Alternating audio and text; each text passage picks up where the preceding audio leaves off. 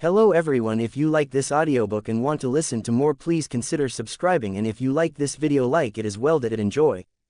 Chapter 41, Say, Thank You. Hank burst out of the shadows like a striking viper. His left hand clamped over the man's mouth like an iron vice, while the hand axe in his right sliced clean across the windpipe. SHFF, a spray of blood, and the scavenger collapsed without a sound. Hank eased the body to the ground, not wasting even a breath. His eyes locked onto the next target, a raider crouched with his back turned, rifling through a corpse for ammo. Hank glided forward like a ghost. Thud, SHNK. The axe buried into the man's neck. He didn't even gasp before he dropped. Two bodies disappeared silently. That was enough to trigger alarm. He's behind us. He's behind us. Shoot him. Kill him. Scarface shrieked, snatching a pistol and firing wildly. Bang, bang. Bullets smashed into the scrap pile in a spray of sparks. But Hank was already gone. He dove forward into a roll, avoiding the gunfire and raising the P226 mid-motion. Bang, bang. Two shots tore through the chaos. The lookout who spotted him dropped instantly, and the raider beside him fell with a burst of blood. Hank came up running, sprinting toward the nearest cover like a hurricane. Bullets chased him across the concrete, chewing into the ground behind his heels. The enemy fire clustered on him, but their formation fell apart. Surround him, he's just one man, Scarface howled, voice cracking. 6 or 7 scavengers began to spread out, trying to flank him. Hank forced himself completely still, hyperfocus surging. Footsteps told the story, 3 on the left, 2 on the right. Scarface and another, head on. He moved first. Hank burst from the right side of the container like a lightning strike. Bang, bang. 2 precise shots, one raider collapsed instantly, another flinched back behind cover. Gunfire ripped toward him in retaliation. Hank dove back behind the container, just as footsteps closed in on his left. No hesitation, left hand to the waist, the axe came free. He didn't look, just pivoted and hurled it around the corner. Whirl, thud, aghhh. The raider charging from the left crumpled, the axe buried squarely in the center of his face. Hank swung back out from the right. Bang! The last right-side attacker barely poked his head out before Hank shot it clean off his shoulders. Another 3 bodies fell in seconds. Including Scarface, only 4 enemies remained. Panic rippled through what was left of them. He's a demon, he's not human. One raider screamed, tossing down his gun and sprinting for the exit. Bang! Hank dropped him without hesitation. Mercy was not currency he traded in. More gunfire, more death, and the numbers dwindled. When the dust settled, only one man was still standing. Scarface. He was pressed flat against the side of the shipping container, clutching his bleeding shoulder, breathing like a drowning man. The arrogance from earlier was gone, replaced by raw terror. Shit, he mumbled, shaking so hard he could barely hold his gun. Hank exhaled, ignoring the dull ache of the earlier impact on his chest. Hey, Scarface. His voice cut through the yard like a blade. It's just you now. How long are you planning to hide? Scarface flinched, but stayed silent, curling up even tighter against the steel wall. What happened to all that barking? Hank pressed, voice taunting. You were going to skin me alive, remember? Fuck you. Scarface exploded, rage overriding reason. He jerked out from cover and fired blindly. Bang. The round hit nothing, but the muzzle flash gave away his exact position. Hank didn't blink. He leaned out, aimed in a blur. Bang! The bullet hit the edge of the shipping container, only a few centimeters from Scarface's skull. Sparks and metal fragments blasted across his face. Ah! He shrieked, scrambling backward, rolling frantically into cover, too terrified to peek again. Hank didn't waste bullets. He knew the man was already trapped. Drop the gun and step out, Hank called, openly amused. I might consider letting you die in one piece. Fuck your one piece. Scarface roared, voice cracking. I'll take you with me. He snapped, charging out from cover in a blind frenzy, firing wildly in Hank's direction and screaming like a rabid animal. Rounds sprayed everywhere, chewing into steel and concrete, but not anywhere near Hank. For someone prepared, such blind fire was no threat at all. Hank slipped aside from the sloppy spray of bullets, raised his pistol, and the moment he tightened his finger. Click, click. Scarface's pistol failed to fire. He'd emptied the magazine. His body froze, color draining from his face. Despair swallowed him as he realized he had nothing left. Hank's pistol remained trained on him, but he didn't pull the trigger yet. Looks like your luck just ran out. Don't kill me. Scarface collapsed mentally. He dropped the empty gun and threw his hands up, shaking violently. I surrender. I'll tell you something, just don't kill me. Oh, Hank raised an eyebrow, still aiming. What secret? My brother. Scarface babbled. The leader of the nearby camp, he's my blood brother. You kill me, he'll come after you for sure. He's got numbers, firepower, a whole damn army. You let me live, I'll make sure he doesn't bother you. Hell, I can even vouch for you, get you into the camp. Hank listened without a flicker of emotion. Scarface thought he saw hope and clung to it like a drowning man. There are a lot of them. He pushed on, desperate, exaggerating wildly. At least 80, with rifles, shotguns, handguns, everything. They took the best spot nearby, food, water, all secured. His eyes darted, calculating, hoping greed would save him. My brother respects me, if you spare me, I can talk him into taking you in. Hank processed the intel quickly. 80 men, even if the number was inflated, it was still a threat. Information this valuable couldn't be ignored. Scarface saw Hank thinking and forced an awkward smile, wiping sweat from his brow with trembling fingers. Hank smiled faintly in return. Say thank you. Scarface blinked, confused, thinking Hank wanted thanks for sparing him. He forced an ugly smile. Thank you. Bang. 3 comments 0 vote. Chapter 42, Glenn's Departure. Chapter 42, Glenn's Departure. Scarface's smile froze on his face. Hank's P-226 spat fire without warning. The bullet punched through the center of Scarface's brow with surgical precision. His head snapped backward from the impact. A neat hole bloomed in the middle of his forehead, followed by a violent burst of red and white from the back of his skull, splattering across the rusted metal of the container.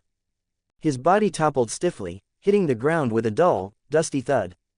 Hank slowly lowered the pistol. A thin ribbon of smoke rose from the barrel. You can thank your mother, he muttered, deadpan. Silence swallowed the factory again. All that remained was the stink of blood and gunpowder. Hank's breathing came heavy and ragged. He slumped down beside a corpse, legs giving out for a moment. Click. A flame sparked to life. He took a deep drag from the cigarette, letting the harsh smoke burn through his lungs, numbing the pain in his chest from the earlier bullet impact and the various grazes. Exhale. A thick smoke ring drifted up into the warehouse full of slaughter, slowly dissolving into the air. All the carnage of moments ago now felt dreamlike, unreal. But Hank didn't have the luxury of reflection. Once the nicotine steadied his nerves, he flicked the half-smoked cigarette onto Scarface's corpse. Sparks scattered across the blood-stained fabric. He got up and headed back to where he'd dropped the assault pack. It was still there, untouched. He slung it over his shoulders and began cleaning the battleground like a veteran looter, calm, efficient, mercilessly practical. Spare magazines. 9mm rounds, 12-gauge shells. Anything usable went into the pack. He returned to the body with an axe in its face, wrenched the blade free, wiped the blood on the corpse, and slid it back into his belt. The whole cleanup took less than 3 minutes. When he was done, he didn't look back at the corpses, didn't spare the place another thought. He jogged toward the opposite exit of the factory, eyes scanning for movement. The street outside was quiet, but from a distance, the low rumble of multiple engines began to rise.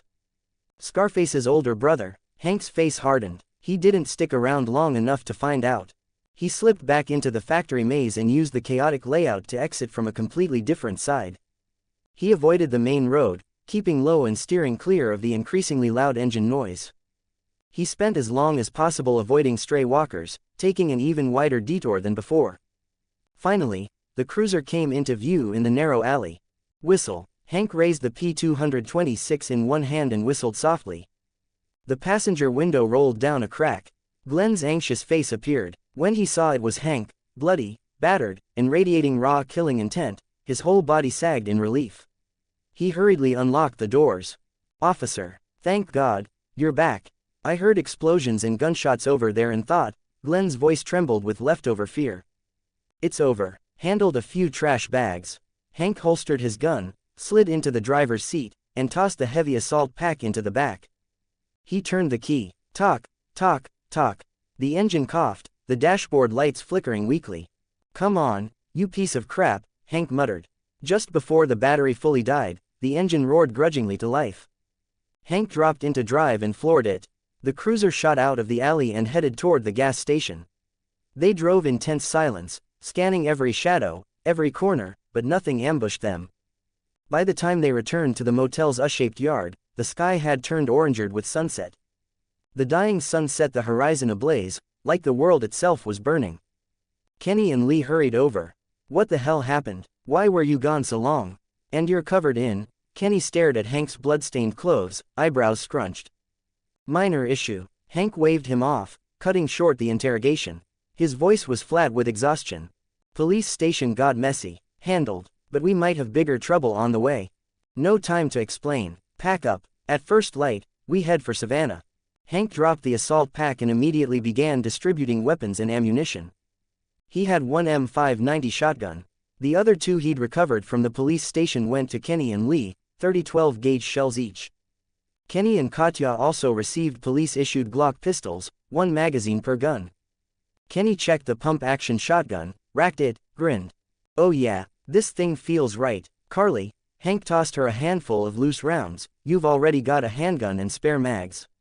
Just pocket the rest so you're topped off. Carly looked surprised but accepted calmly. Thanks, officer.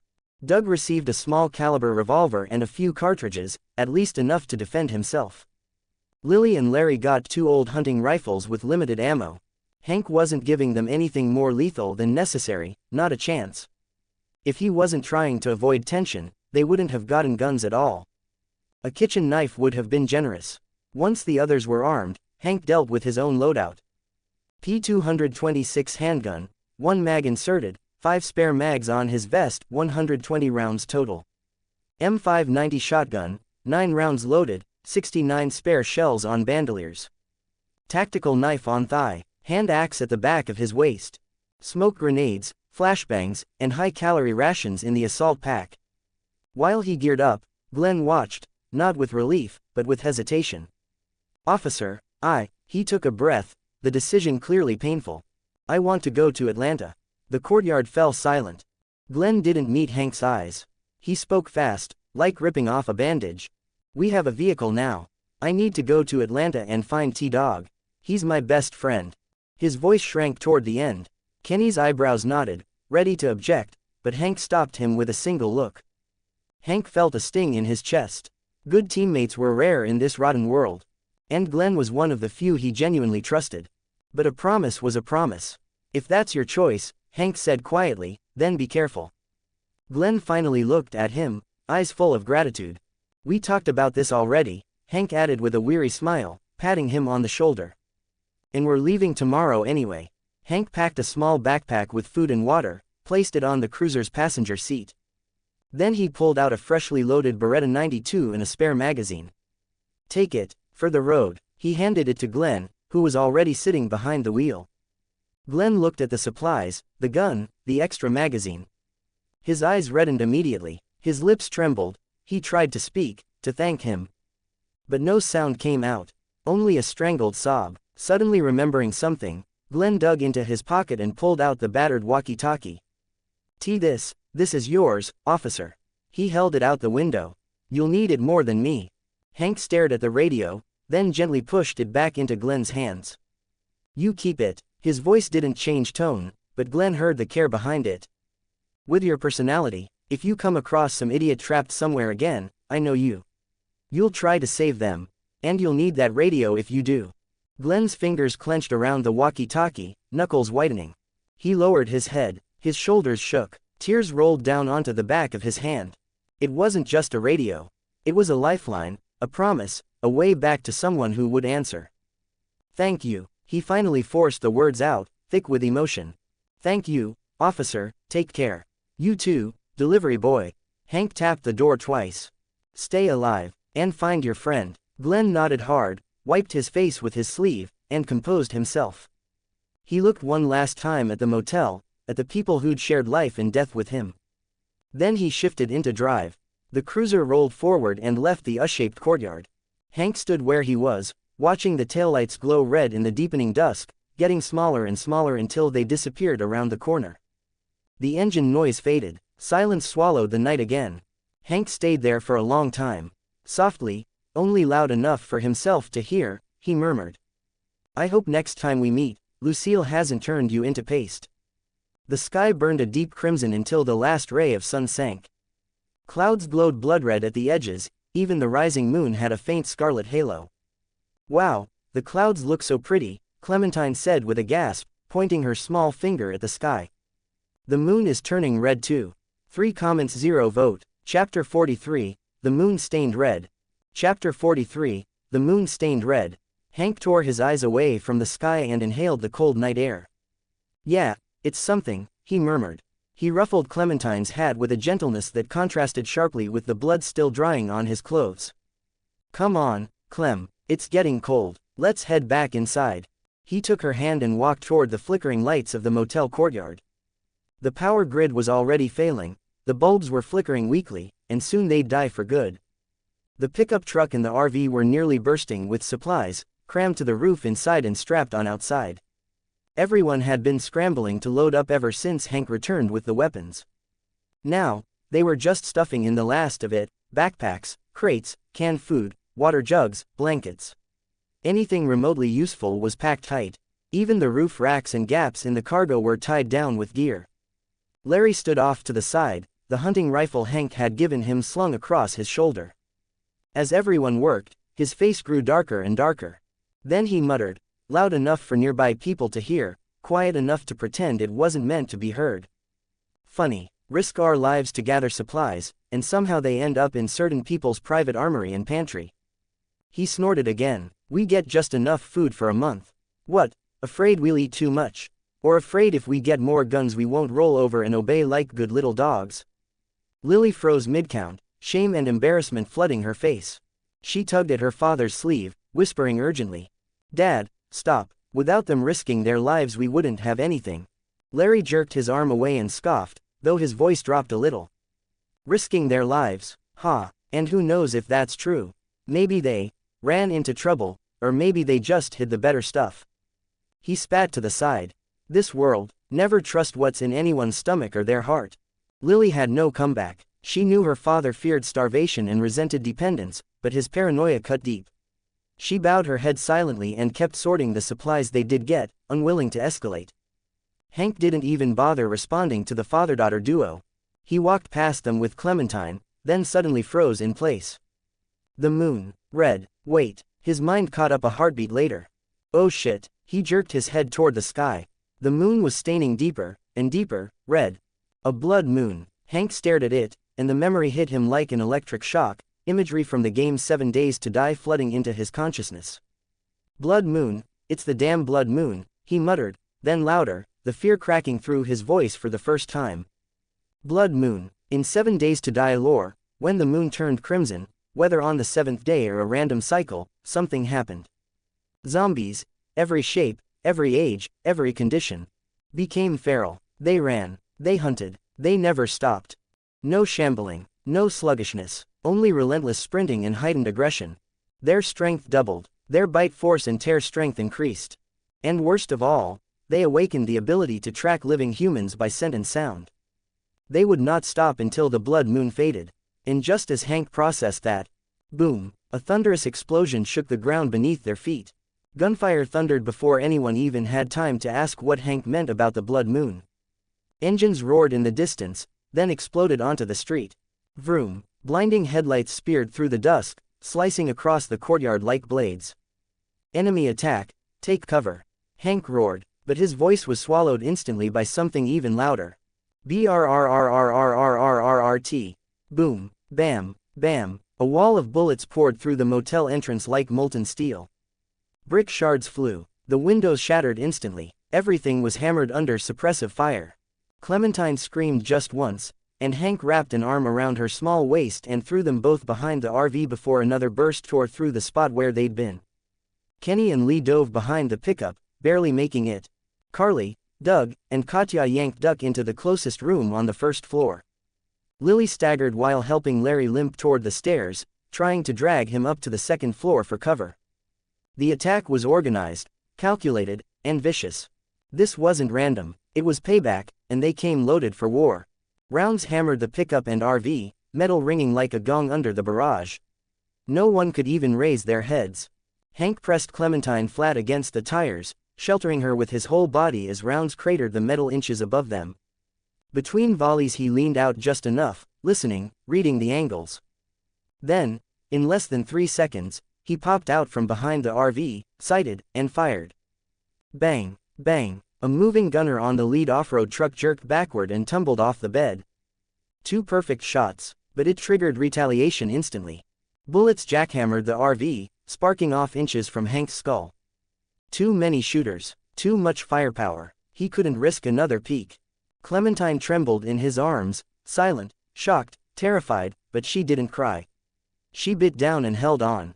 Kenny, Lee, Hank yelled toward the pickup, barely audible over the gunfire. Status: anyone hit? We're good, Kenny shouted back, voice tight with panic. Holy hell, they're pinning us down. We can't move. Carly, Doug, check in, we're alive, Carly shouted from inside, still keeping her cool. But we're trapped, no exit. Hank snapped his head toward the stairs, just in time to see what he feared. Lily was pinned halfway up the steps, shielding Larry with her body while rounds chewed up the walls around them. My dad's hit, she cried, voice cracking. His leg, he's bleeding bad. We can't move. Larry's pained groans echoed down the stairwell.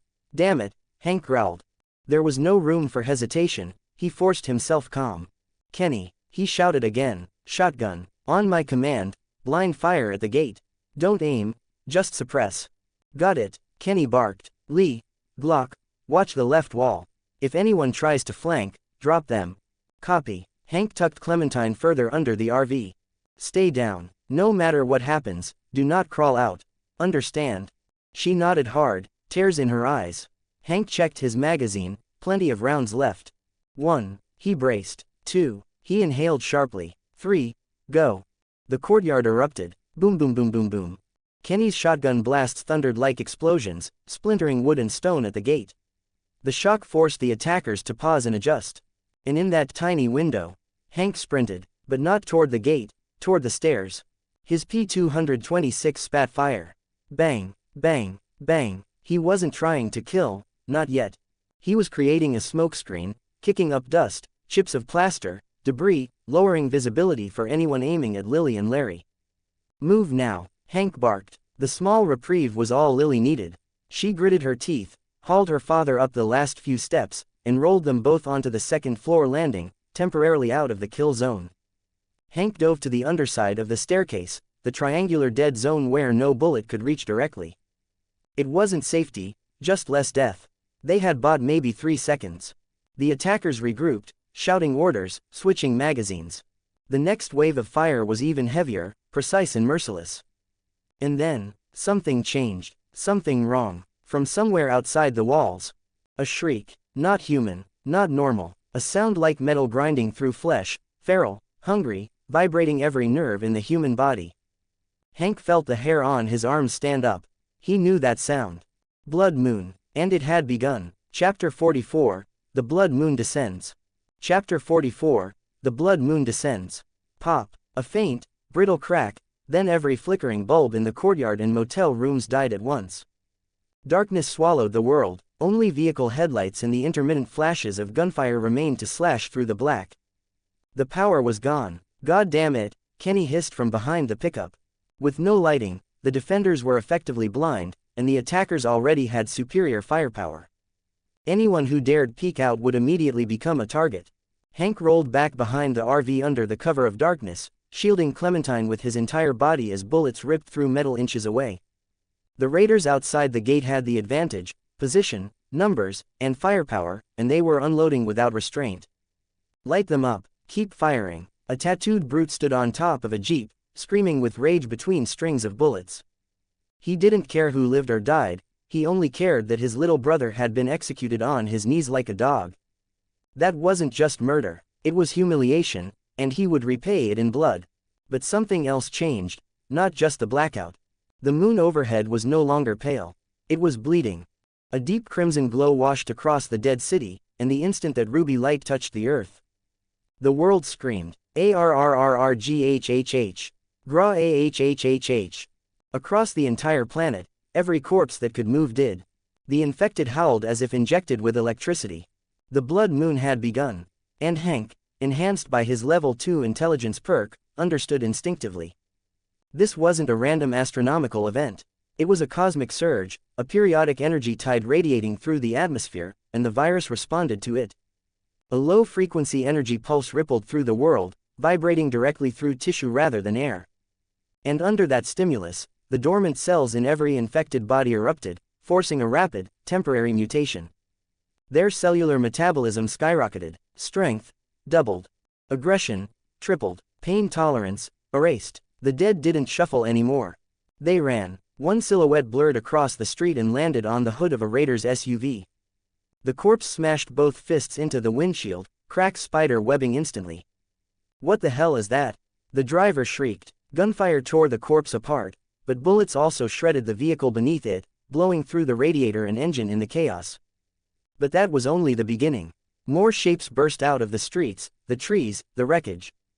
Dozens, then hundreds. They sprinted. They vaulted over cars. They leapt.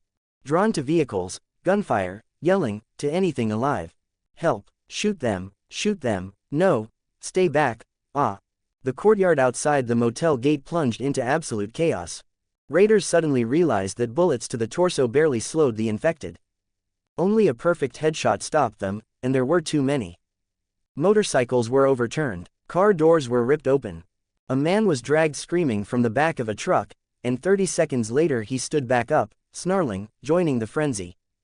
As every raider fired outward in blind panic, the pressure on the motel vanished. "That's our window." Hank's eyes flashed with cold determination. The enemy line was broken. "Kenny, Lee, Carly, listen up." He barked orders rapid-fire. "The infected are keeping them busy, but not for long. Kenny, Lee, you're with me. Shotguns, front fire support. Katya, Carly, take Duck and Clem into the RV and get down. Doug, help Larry. Drag him into a room and barricade it. Lily, you're on the second floor with the rifle. Cover fire only." He didn't have to ask twice. Training didn't matter. Survival instinct obeyed him. "Got it, understood." Hank, Kenny, and Lee popped out from cover at the same moment.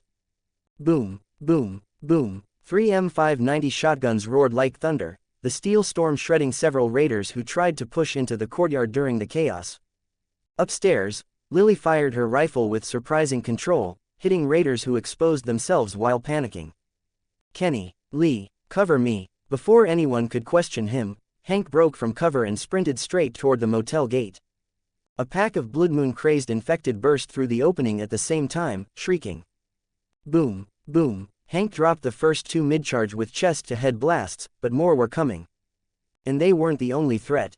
A horde of raiders and infected, colliding in the same killing ground. And Hank was running straight into it. Kenny and Lee's shotguns thundered, blasting the nearest Blood Moon zombies off their feet. Hank sprinted through the chaos, firing his pistol with ruthless precision. Every shot dropped a corpse lunging into his path, and he never stopped moving. The gate, that was his objective. If he could close it before the entire horde poured in, they might last another minute, maybe more. Bullets screamed past him from every direction, stray rounds from raiders and panicked shots from those already being dragged down by the infected. He finally reached the heavy metal gate, seized the door panel, and threw his entire weight against it. Just as the gap was almost shut, a Blood Moon corpse broke through the crossfire, exploding toward him at unnatural speed. Hank didn't hesitate. He ripped the axe from his belt and buried it in the zombie's skull with a savage, single-handed swing. The body twitched violently, but Hank kicked it off the blade and shoved it backward, and with one final push, slammed the motel gate shut. RAAAAH. Several infected slammed into the mesh from the outside, clawing and ripping at the metal. Their boosted strength tore flesh from their own fingers as they scraped and pulled, strips of tissue clung to the wire like ribbons. They were stronger, but still physical. The barrier held, for now. Hank spun around and checked the yard. Katya and Carly had already shoved Duck and Clementine inside the RV, thank God. Hank fired as he retreated backward, putting rounds cleanly into the heads of the zombies pressed against the fencing. He fell back until he regrouped with Kenny and Lee beside the pickup. The 3 of them stood shoulder to shoulder. 3 M590 shotguns unloading in perfect sync, tearing into anything that reached the gate. "Boss, we can't hold this much longer." Too many of them. Fall back, a panicked raider shouted from somewhere outside. Engines revved, gunshots rattled, screams echoed down the street, then faded.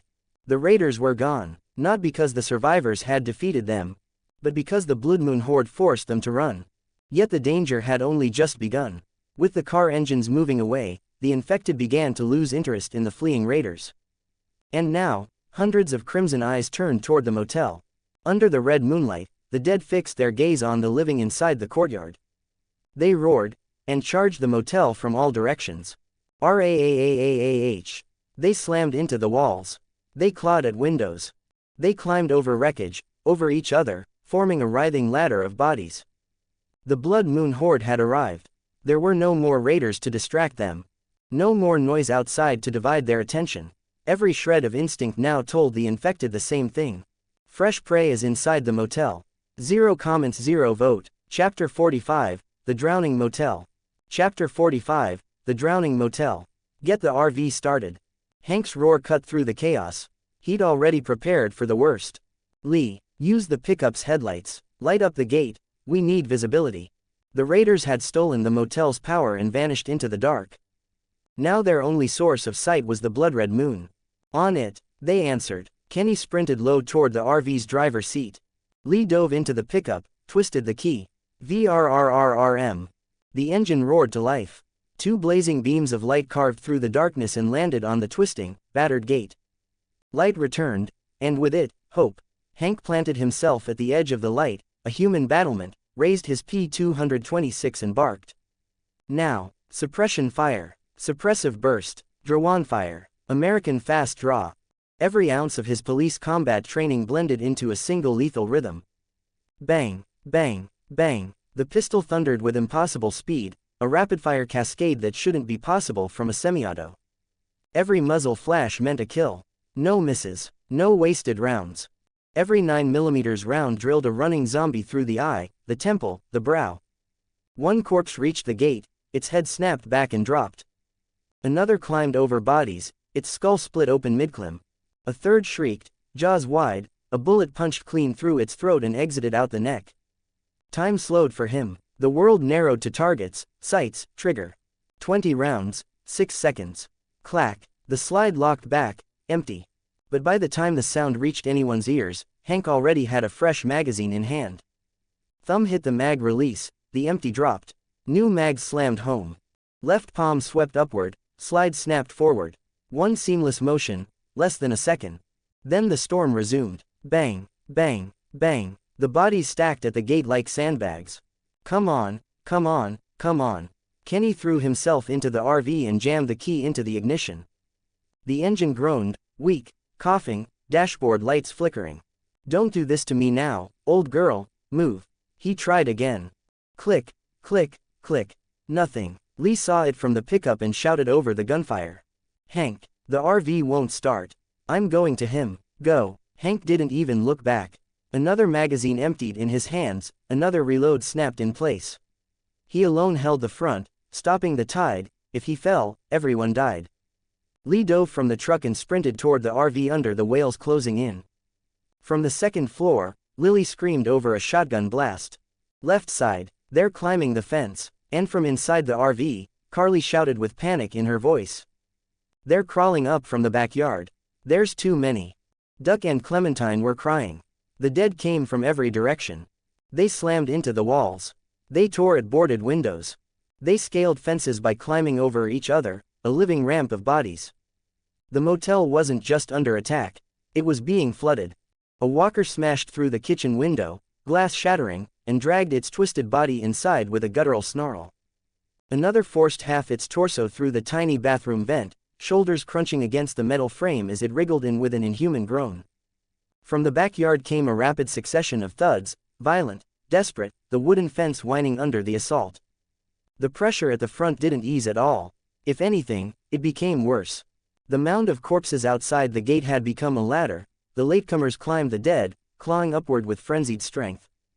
Hank didn't stop. Magazines emptied. New ones slammed home. The cycle repeated, efficiency bordering on the mechanical. But his heart was sinking. The floodlights gave them vision. but it also turned them into glowing targets in the middle of darkness. Ammo was bleeding away fast. Handgun rounds were manageable, but 12-gauge shells were disappearing frighteningly fast. And the undead, endless. Under the blood moon, this defense had been doomed from the start. They needed to move. They needed to escape this island that was about to disappear in a sea of bodies. Hank emptied another magazine and bellowed at the top of his lungs. "Kenny, get that engine running." "I'm trying," Kenny roared back, panic thick in his voice. Lee slid over the hood and yanked the RV door open. "Kenny, what's wrong? Battery's low, or the starter's shot, I don't know." Kenny wiped sweat with a trembling hand and kept cranking. "Wait," Lee froze, then remembered. The portable jump starter they had scavenged from the police garage, thrown into the passenger seat. He dove inside, fumbling in the dark until his hand hit the cold weight of the metal case. "Catch." He shoved it toward Kenny and ran back to the pickup to lay down suppressive fire. Kenny clung to the device like a lifeline. He popped the hood, snapped on the clamps with frantic precision, and dove back into the driver's seat. "Please, please, please." He twisted the key hard. Click, click, VRRRRRRRM, thundering roar. The RV's massive engine finally exploded to life, a thick plume of smoke blasting from the exhaust. Yes, got it. Kenny slammed the high beams to full. FWOOM. The world transformed. The light bar on the RV wasn't headlights. It was a miniature sun. The entire courtyard, especially the gate, blazed bright as noon. Even the shooters had to squint away. "You beautiful bastard," Hank roared, firing with renewed precision. Then, backside. "They're coming in from the backside." Carly's terrified scream cut through the gunfire. Kenny, Carly, and Katya leaned from the RV windows, pistols and shotguns blazing in every direction. The RV had become a porcupine made of guns, spitting fire everywhere. Inside, Clementine and Duck weren't screaming this time. Hank had trained them for combat support. Clem jammed 9mm rounds into empty magazines with trembling hands. Duck fed Kenny shells and slammed drawers open for more ammunition. Inside the motel, several walkers crashed through a broken rear window and dragged themselves in. Scrambling for the staircase in the RV. On the side, the wooden fence shuddered, then splintered. The motel was about to be completely overrun. 0 comments 0 vote. Chapter 46, The Road of Flesh and Blood. Chapter 46, The Road of Flesh and Blood. The second floor was no safer. Lily's shotgun shells were gone in less than a minute. She fell back in panic, snatched Larry's rifle off the floor, and fired wildly down the corridor. Larry slumped against the wall, his leg only crudely wrapped, the bandage already soaked through, red spreading down his entire pant leg. His face was ghost white, drenched in cold sweat, trembling from blood loss and pain. "Dad, what do we do?" Lily sobbed, voice cracking. "You idiot, stop worrying about the front," Larry snarled, every word scraping his throat raw, the anger forcing him to stay conscious. He jerked a trembling finger toward the staircase. "Guard the damn stairs. If those things get up here, we're dead. All of us." Doug held the little revolver in both hands, but it shook uncontrollably. From below, the sound of windows shattering and walkers pouring in grew louder and closer. "But, Bebet, Hank and the others, they're still downstairs." Doug stuttered. "No buts," Larry roared, the shout ripping his wounds open, forcing another cry of pain out of him. "It's either hold that stairway, or die screaming. Block it, push that cabinet, go." Lily and Doug had no time to argue. Frantic and terrified, they threw their bodies into the heavy wooden wardrobe, slowly dragging it toward the top of the staircase to build a thin, fragile barricade. Downstairs, already a collapsing war zone, lost half its fire support in an instant. The defense turned into a sieve. "Shit." Hank's scream was pure fury and disbelief when he noticed the muzzle flashes upstairs vanish. He spun around and fired repeatedly at walkers bursting through broken windows at his back. But that split second cost him. Several walkers at the front latched onto the shredded wire fence, shrieking as they forced their way through. Hank had no choice. He snapped back toward the gate, P-226 erupting with violent precision, blowing apart the skulls of the three closest threats and barely, stabilizing the collapsing front line. Handgun skill level up. Handgun skill LV, 40, 1040 thousandths. Can reliably hit a coin at 15 meters. Can fluidly transition between multiple targets. Can maintain precision while moving at a jog. Handgun skill passive unlocked. Mozambique drill. 2 shots to the torso, 1 to the head, 3 rounds delivered with surgical precision into the zone in under 1 second. Hank had no time to process the flood of system prompts. The danger behind him was already at their backs. Glass shattering. Walkers screaming from inside the motel. Lily blocking the staircase had doomed everyone still fighting downstairs. Kenny. Hank roared while firing, veins bulging on his neck. Don't argue. Drive. Smash the gate. We need to break out now. There was no other way. If they stayed, they died. Their only chance was to turn the RV into a battering ram and make a road out of corpses. Kenny heard the command, and the terror from inside the motel. He glanced into the rearview mirror. Katya and Carly were firing out the RV windows, barely keeping the rear clear. There was no time to hesitate. Everyone hold on, Kenny bellowed. He slammed the RV into D, stomped the gas to the floor. The engine roared like a beast in pain, tires shrieking before the massive vehicle lurched forward. But Kenny didn't charge the gate yet. He jerked the wheel, and reversed first. Bang, crash, the RV's rear smashed 2 walkers sneaking up behind them, clearing space, and building momentum. Then he spun the wheel, aiming the RV directly at the half-broken motel gate and the sea of bodies behind it. Out of my way, Kenny screamed. He floored the gas. Boom, the collision shook the world. The already weakened gate exploded into splinters, wooden shards flying like shrapnel. Dozens of walkers were hit like bowling pins, bodies crushed beneath the wheels. Blood and limbs sprayed across the windshield. The bumper bent inward, the glass smeared red. But the RV did not stop. It plowed through the corpse wall, forcing open a highway of flesh and bone. Hank, move, Kenny shouted. Hank sprinted through the same opening, firing in full stride, and dove onto the bed of the pickup. Lee, floor it, follow the RV. Lee slammed the gas pedal. The pickup roared after the RV. Hank flicked his arm. A gun sling uncoiled, and the M590 shotgun snapped perfectly into his grip. Kachunk, boom. Lee's pickup slammed into the side lane, overtaking the RV. It smashed aside 3 walkers in front and took point. The pickup was now the spearhead, and Hank was the blade. He stopped conserving ammo. Under the blood-red moon, survival meant pulling the trigger until nothing moved. Kachunk, boom. The way the shotgun bucked in his hands, almost like it wanted to kill, too. He pumped the chamber so fast it blurred. Every blast rattled bones, ruptured eardrums, and cleared meters of road. Shotgun skill level up, LV, 20 to 100, 20,000. Passive unlocked, suppression blast. Significantly reduces recoil through technique, enabling accurate rapid bursts. Hank no longer aimed at individuals. He shot the crowd. 1 blast, 3 walkers stumbling dead. Another, 2 launched off their feet and splattered against trees. The muzzle flashed. Bodies flew. A rain of shell casings clattered against the metal bed. But the Red Moon walkers never stopped. They poured from drainage ditches. From the tree line. From destroyed houses. Claws raked the hood. Faces smashed against the windows. The truck shook as bodies slammed onto the doors. 1 walker clawed its way over the tailgate, half its face missing, teeth bared. Hank swung around, placed the muzzle against its chest, boom. The blast left a crater of hollowed ribs and hurled the corpse into the night. Then, the shotgun clicked empty. Shells rattled as Hank grabbed 2 from his bandolier, shoved them into the tube without looking, pumped, and resumed firing, all while standing on a violently shaking pickup. But there were too many.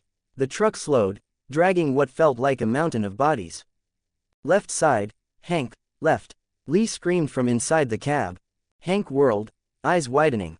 A cluster of sprinting walkers was racing in from the forest, not 5, not 10, dozens. And they weren't shambling. They were running at full speed.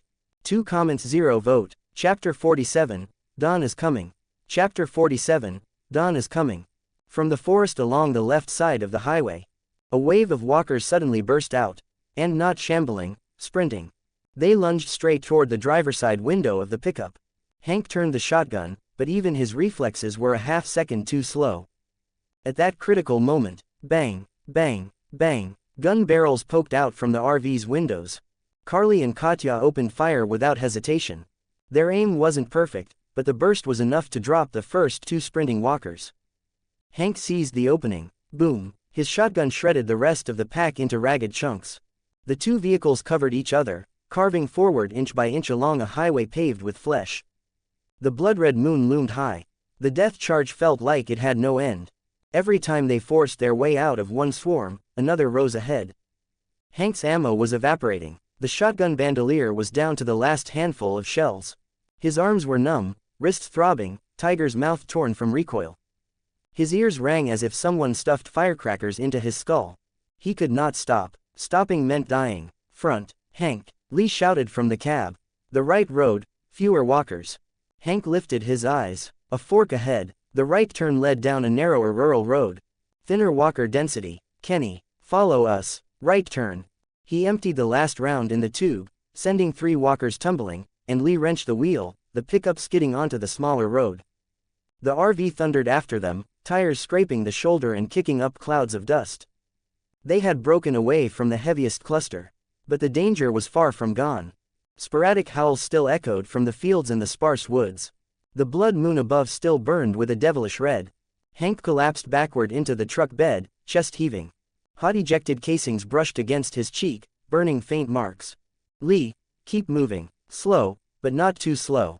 Don't let walkers climb the truck. We stay on this road, until sunrise. Lee didn't know why, but something in Hank's tone made refusal impossible. He eased the pickup's speed. The engine quieted. The 2 vehicles crawled over the moonlit road, suspension rattling. The blood-red moonlight filtered through the trees, painting jagged shadows on the asphalt. From the fields came distant wails, but nothing like the tidal wave from before. The pressure dropped sharply. Hank forced his exhausted body upright, checked ammo with mechanical precision. The merged bandolier now held less than a dozen shells. The spare belt was over half empty. The P226, 1 spare magazine left. Counting the chamber, 41 rounds total. Far less than he wanted. Far less than they needed. He dumped loose 9mm rounds into an empty magazine by hand. The truck bed filled with the faint metallic clicks of rounds being seated, and the rumble of tires on cracked pavement.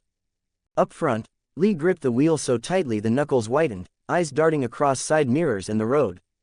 Behind them, the RV stayed tight to the bumper.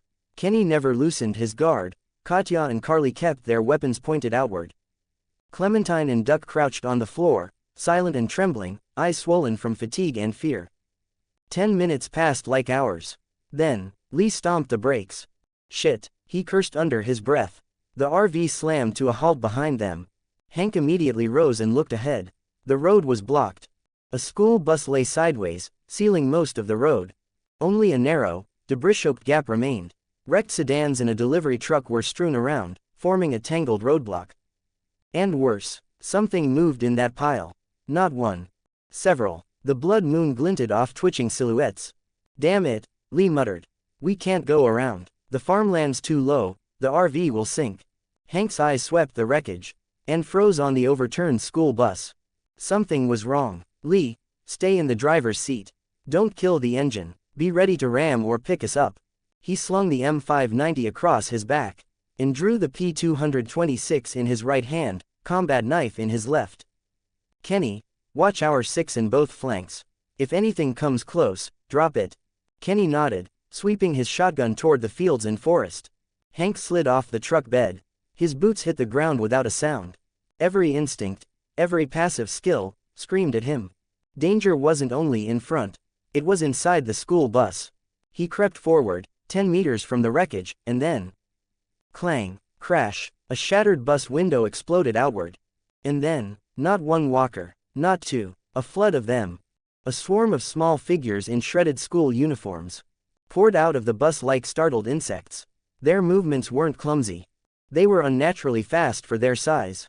Red moon eyes brimming with feral madness. Zombie children, dozens. Hank's pupils contracted. But he didn't freeze. He did the unthinkable. He charged forward, deliberately closing distance. Backing up meant being run down and surrounded. Close range meant he could turn the terrain and knife work into his advantage. Bang, bang, the P226 fired first. 2 clean headshots. The leading pair of miniature walkers crumpled instantly.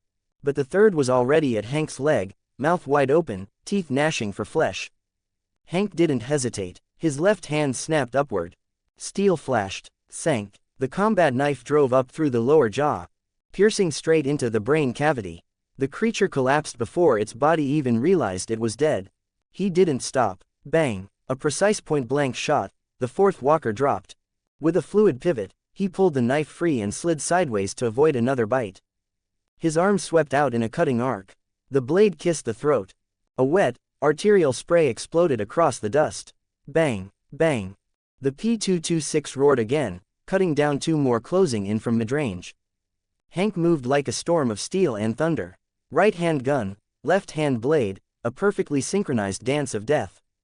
No wasted motion, no hesitation, no pause between trigger squeeze and knife strike. Bang, SHNK, bang, SHNK, bang, SHNK. Gunfire and the muted thud of sharpened metal breaking cartilage overlapped into a brutal rhythm. He kept advancing and pivoting, never allowing the swarm to surround him. Spent casings clattered to the asphalt, blood and grime flecked across his vest and face. 20 seconds. That was all it took. Every walker that had poured from the overturned school bus was now nothing more than a pile of twitching remains at his feet. Hooah! Hank stood in the middle of the carnage, chest heaving. P-226's barrel still smoking, viscous filth dripping from the knife's point. Bloodshot eyes swept the interior of the school bus, confirming the last threat had been neutralized. No pause, no victory breath. He spun toward the vehicles and signaled with sharp, urgent gestures. Lee, punch through, jam the truck through that gap. Anything in the way, hit it. Then he shouted toward the RV. Kenny, stay on him, don't fall behind. Lee gritted his teeth and floored the gas. The pickup roared forward and slammed into the rubble choking the gap. Shoving aside crushed sedans and debris, scraping through the narrow opening beside the overturned school bus. Sparks and tearing metal shrieked against the frame.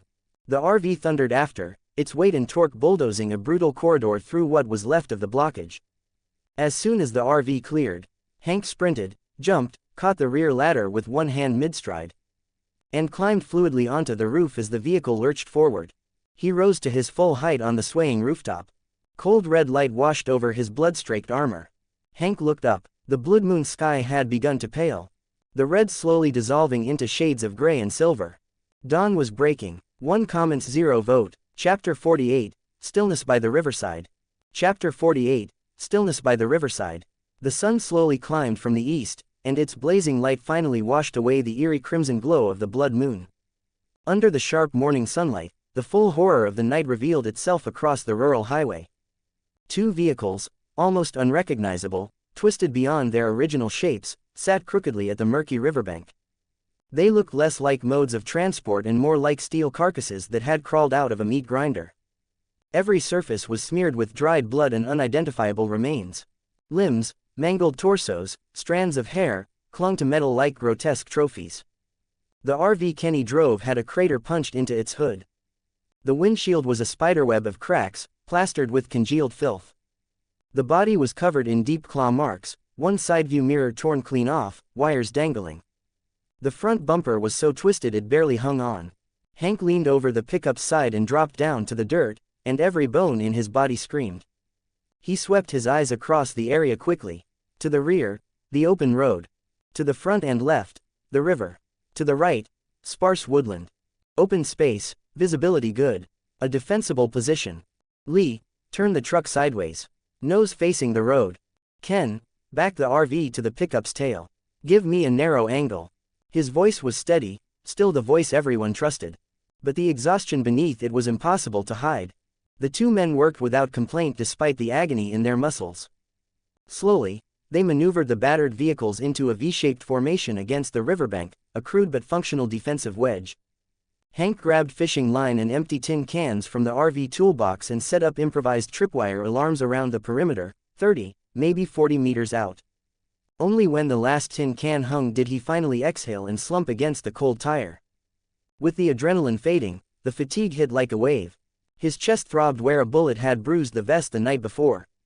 A small head peeked from the RV door. Hanks, Clem whimpered, then ran over and buried herself in his chest. It's okay, Clem. He wrapped his arm around her trembling back. He didn't need to say more. In a world like this, fear was normal, crying meant you were still human. Lee sat nearby, face stiff, rubbing it hard to stay conscious. Here, Carly handed him a bottle of water. Thanks. He didn't drink, he poured it over his head. Cold water cascaded down. He gasped, shivering, but it brought him back. There would be time to rest later. But not until the kids and the women were safe. Carly wordlessly opened another bottle for him and passed a can of food. He finally ate, devouring it like a starving man.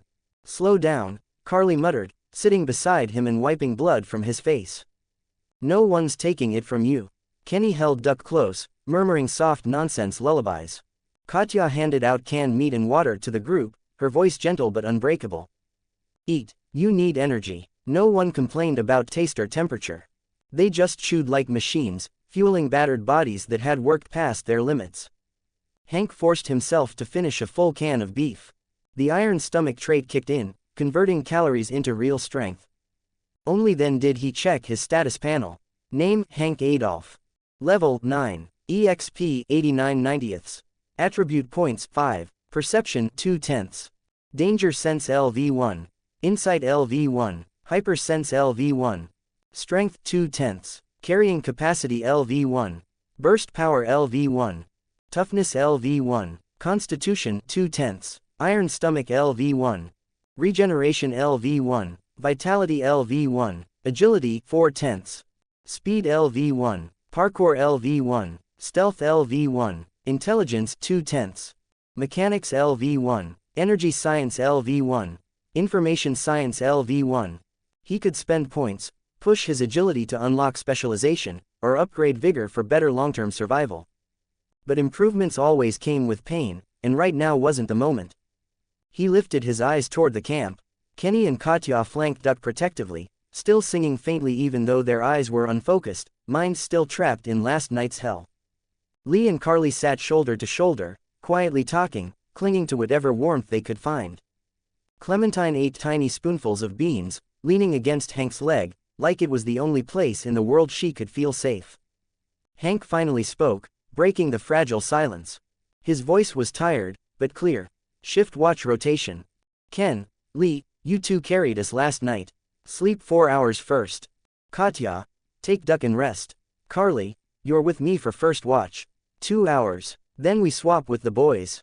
Carly nodded immediately and checked her magazine without a word. Hank climbed smoothly onto the roof of the RV and lay down in a spot with the widest field of view. Kenny looked like he wanted to argue, his mouth opened, then closed again. In the end, he only nodded, worn down to the bone. Katya carried the already half asleep Duck into the rear cabin of the RV. Lee slumped against the pickup's tire, and the moment his eyes shut, his breathing deepened. He was out cold almost instantly. Everyone was exhausted. Too exhausted. As for the 3 people left behind at the motel, no one mentioned them. The silence was mutual, unanimous, and suffocating. Hank chose a patch of ground that wasn't too muddy, shaded by the RV and a little cooler. He wrapped his arm around Clementine and guided her there, sitting with his back against the cold metal wall. From this angle he could watch the road ahead and keep the whole camp in his line of sight. Sleep a little, Clem, he whispered as he settled himself. He shifted just enough to let her curl up more comfortably. Her tiny head rested on his thigh, her little fingers instinctively gripping his vest strap. She answered with a soft, blurry, and almost instantly drifted into an uneasy sleep. Only when he was certain she was fully settled did Hank release the breath he'd been holding. Slowly, painfully slowly, he dragged his assault pack over, careful not to jostle the sleeping girl on his lap. He unzipped it. The first thing he saw were the overstuffed magazine pouches and scattered cardboard ammo boxes. The dull moonlight, no longer crimson, glinted faintly off brass 9mm rounds and red 12-gauge shells. Hank pulled out the P226 first, racked the slide to eject the chambered round, and removed the empty magazine. His fingers trembled, a mix of fatigue and too many hours spent firing. But he forced them steady. One by one, brass rounds clicked into the empty magazine. Katak, katak, the repetitive, precise motion. Simple but requiring absolute focus. Slowly unwound the tension inside his skull. When every magazine was full again, he slid them back into the vest pouches. Next he replenished the shotgun bandolier, pushing thick red shells into the elastic loops. Every motion was deliberate, controlled, quiet. On the roof above him, Carly shifted her weight occasionally. A faint creak of metal. From the pickup came the muffled, uneven snoring of Kenny and Lee. Behind him, the river whispered against the rocks in a low, steady murmur. All the sounds layered together. The click of ammunition, the soft footfalls above, the distant sighing of water, became a fragile, temporary lullaby. A moment of peace carved out of hell. 0 comments 0 vote. Chapter 49, Supplies nearly exhausted. Chapter 49, Supplies nearly exhausted. 4 hours of rest meant nothing to a body wrung dry from battle. A blink, a breath, and exhaustion came crashing back. Bloodshot eyes still burned in Hank's sockets, sharp and alert despite the fatigue he could no longer hide. He lowered his head carefully. Clem was still asleep on his lap, her breathing finally calm, her tiny hand having relaxed its hold on his tactical vest. Hank shifted bit by bit, slow enough not to wake her. He laid her gently on the ground, retrieved a thin jacket from the RV, and draped it over her stomach so she wouldn't catch a chill. When he stood up, his spine cracked in a chain of soft snaps. Every limb felt bruised and heavy, but sleep had restored at least a sliver of strength. He emptied his assault pack and began reorganizing everything inside, counting each item precisely. After resupply from the vehicle cache, his gear was now P226 pistol, full magazine plus 5 spare mags. Total, 120 rounds of 9mm. M590 shotgun, loaded plus 2 full tactical shell bandoliers. Total, 69 shells. Combat knife. The hand axe was lost back at the motel. Inside the pack remained 1 stun grenade, a dozen loose 9mm rounds, 6 loose 12-gauge shells. Everything else, every spare bullet they had hauled and hoarded, was gone.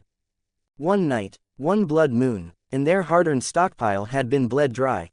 Hank exhaled silently and walked to the riverbank, splashing icy water onto his face. The shock was sharp, but it helped. On top of the RV, Carly kept her post, rifle at the ready. Even from below, her posture looked stiff, strained, and sleepless. "Carly," Hank called, not loudly, but firmly. "Your turn's up. Go get some sleep." Carly's head turned slowly. Her face was pale, the result of hours of tension without blinking. She rubbed her eyes, climbed down from the roof with sluggish movements. "There was something moving in the west tree line," she murmured, pointing with her chin. "Sounded like something pushing through the brush. Too far to see clearly. Then it stopped." "I got it," Hank nodded.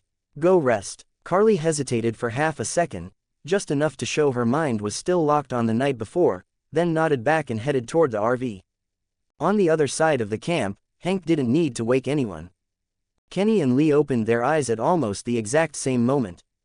4 hours of sleep could never make up for what they'd been through. But hellish nights had taught them how to switch states fast. Their eyes were unfocused, their movements sluggish. Pillow lines were still pressed across their faces. Kenny scrubbed his face hard, shaking his head to clear the fog. Lee stretched, joints cracking painfully in the still morning air. They saw Hank already standing upright in the middle of camp, quietly exchanging intel with Carly. That straight back, that flat expression, as if the man who led the charge last night, who carved a path through hell for all of them, wasn't him at all. As if he didn't need rest. As if he was a machine built only for war. Kenny stepped up beside him. He opened his mouth. But nothing came out except a long, heavy breath. He clapped Hank's shoulder firmly. "Our turn. Go lie down." His voice was hoarse from sleep and something else that wasn't easy to name. Respect. And yes, a little bit of heartache. They were tired. But the man in front of them carried the weight that should have crushed all of them. Lee walked over too, eyes full of complicated emotions.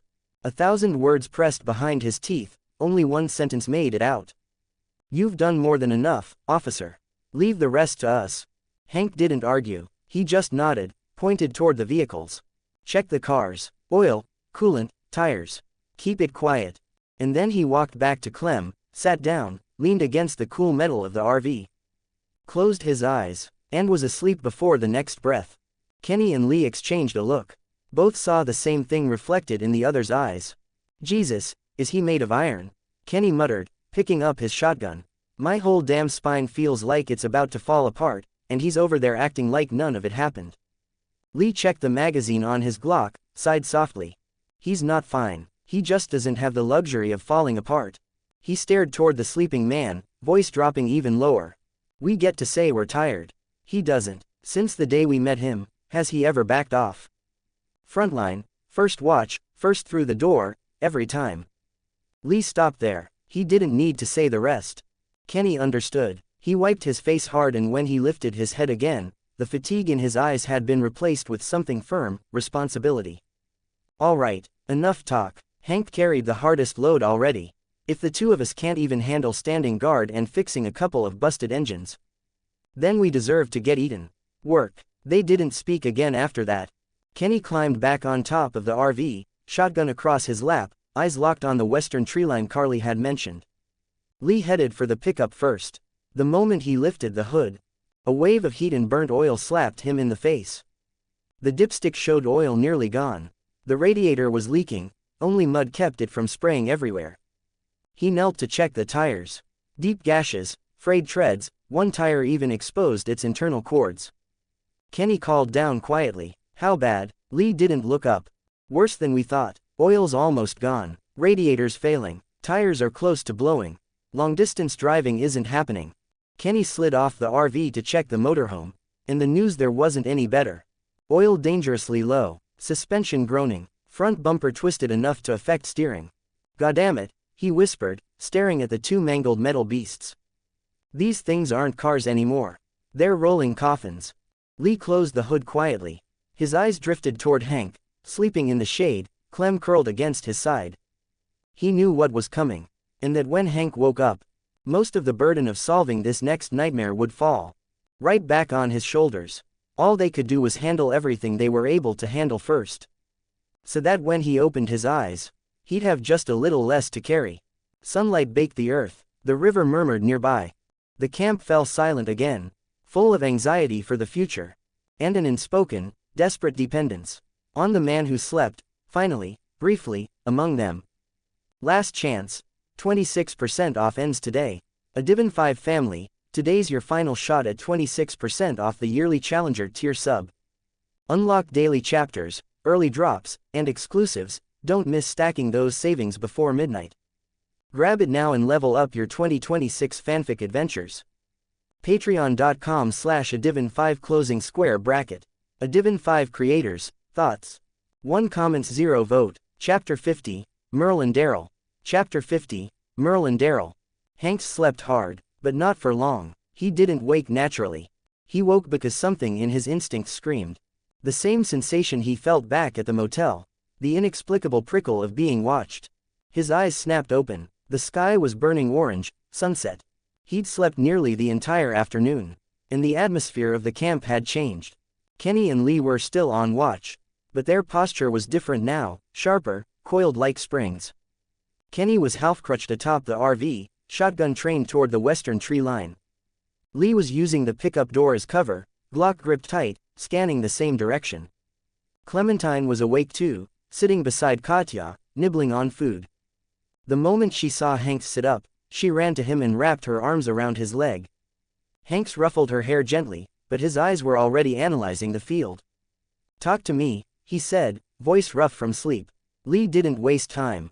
"There's movement, officer. West Woods, not walkers."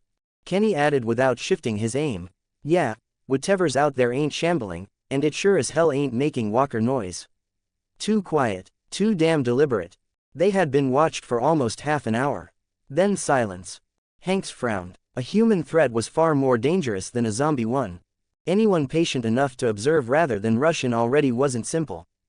They were either evaluating the camp, waiting for the right moment, or waiting for reinforcements. Hanks made a decision instantly. "Lee, with me. We flank through the riverbank. Kenny, hold high ground. Fire support if things get loud. Carly, keep the kids alive. Nothing gets past the RV." Carly nodded sharply, already checking her mag. Clementine, hearing there was action again, quietly retreated to Katya and took Duck's hand. Hanks slung both weapons into the fastest draw position and signaled Lee. They didn't enter the woods from the front. They used the riverbank slope as cover, moving quietly downstream for nearly 100 meters before slipping into the trees. Hanks's stealth plus insight passives kicked in. His steps were soft as a ghost, barely disturbing leaves and mud. Eyes sharp, scanning every shadow, every branch, every blind spot. Lee followed closely, copying his movements, breath held shallow. The woods smelled of damp earth and rotting vegetation. Light dimmed quickly beneath the tree canopy. After nearly 15 minutes of stalking, Hanks suddenly raised his fist. Stop. Lee froze instantly. Hanks had heard it, faint scraping, and the slow, heavy rhythm of someone's breathing. Hanks pointed. The two split left and right, using trees as cover, inching forward. Through the brush, the scene revealed itself. A small clearing. A ranger's cabin, weathered wood walls, broken window glass. At the door, two men. The first, a tall, heavily built bald man in a torn leather jacket, was kneeling at the cabin door, grunting as he tried to pry off the padlock with a hunting knife. "Come on, fucking thing, open," he growled through his teeth. Several feet away, beside a large oak tree, lay the fresh corpse of a buck. A crossbow bolt was buried deep in its neck, the body still twitching, recently killed. Right behind the buck was another man, a lean man with a crossbow slung over his back, eyes sharp, posture tense, stood guard over the deer's corpse. Unlike the bald man wrestling with the lock, this one missed nothing. These weren't walkers, they were two armed survivors. Brothers, most likely, and from the looks of it, they wanted whatever supplies were inside that ranger cabin. Hanks evaluated instantly. Two men, one with a crossbow, one with a knife, not organized raiders, their gear was too rough, their movement too cautious. But that didn't make them any less dangerous. If anything, desperate loners were more unpredictable. Hanks leaned toward Lee, whispering in a breath that barely stirred the air. "I'll subdue. You cover. No gunfire unless there's no choice. Gunshots would attract attention, walkers, or worse, other people." Lee swallowed hard and nodded, tightening his grip on the Glock. His palms were slick with sweat. Hanks signaled. Both men moved, quiet as shadows, using the trees to close the distance. Hanks angled toward the crossbowman, the true threat. Lee crept toward the bald man working the knife. Step by step, the gap closed. Their footsteps were swallowed by the soft forest floor. Only the rustle of wind in the leaves remained. The bald man finally lost patience and snarled, pushing with all his weight. Crack. The padlock snapped. "Ha, I told you, Daryl. Ain't no damn lock keeps Merle Dixon out." He reached for the doorknob, and froze when Daryl suddenly whipped his head toward the woods. Because Hanks moved, he exploded forward, 4 times boosted agility sending him flying from the trees like a launched arrow. Daryl reacted on instinct. Merle. The crossbow snapped upward. But Hanks was already there. His left hand clamped the man's wrist like an iron vise, wrenching it downward. And his right elbow drove into Daryl's temple like a hammer. Thud. Daryl staggered, vision whiteout, the crossbow clattering into the leaves. He didn't go down, tough as rawhide, but he was stunned. Lee rushed forward and kicked the fallen crossbow out of reach, Glock aimed at Daryl's skull. Merle spun on instinct, eyes going wide at the silhouette barreling toward them. He roared, abandoning the cabin door and lunging with the hunting knife. Hanks didn't retreat. He stepped in. The blade sliced past his vest by inches, and then Hanks's left hand caught Merle's wrist, squeezing so hard the bones ground. Grah! Merle snarled in pain, swinging with his free fist. Hanks's head snapped aside, the punch whooshed past his ear, and then he yanked Merle forward, ripping his balance. And drove his knee into Merle's gut like a battering ram. Whump! The impact folded Merle in half. The knife dropped. Stomach acid and canned meat sprayed onto the pine needles. Hanks didn't stop. His elbow came down like a guillotine, smashing into the back of Merle's neck. The bald giant's eyes rolled white. His legs gave out. He crumpled, out cold. It had taken seconds. 2 men, hardened survivors, both neutralized in a single exchange of violence. Lee still had his gun trained on Daryl, who was struggling to get up, breath ragged, eyes unfocused but burning with fury. "Don't move," Lee barked. Daryl obeyed the barrel of the Glock, not because he was scared of Lee, but because his eyes were locked on Hanks. Fear. Not obvious, but there. Because whoever the hell this man was, his speed, his control, his brutal efficiency, were not normal. And Daryl Dixon knew fighters. This one was something else. Something very dangerous. Something fast enough to kill both of them before either could scream. 0 comments 0 vote. Chapter 51, Merle stands up again. Chapter 51, Merle stands up again. Hanks kept a neutral expression. He glanced once at Merle's unconscious body, then at Daryl, who was still sitting on the ground with Lee's Glock aimed at his skull. "Search him," Hanks ordered, voice steady and absolute. "Check for any more weapons. Lee approached cautiously, one hand on his pistol, the other patting Daryl down with quick, practiced motions. He pulled a backup hunting knife from Daryl's waistband, along with a bundle of crossbow bolts. That's all. Lee tossed the items aside.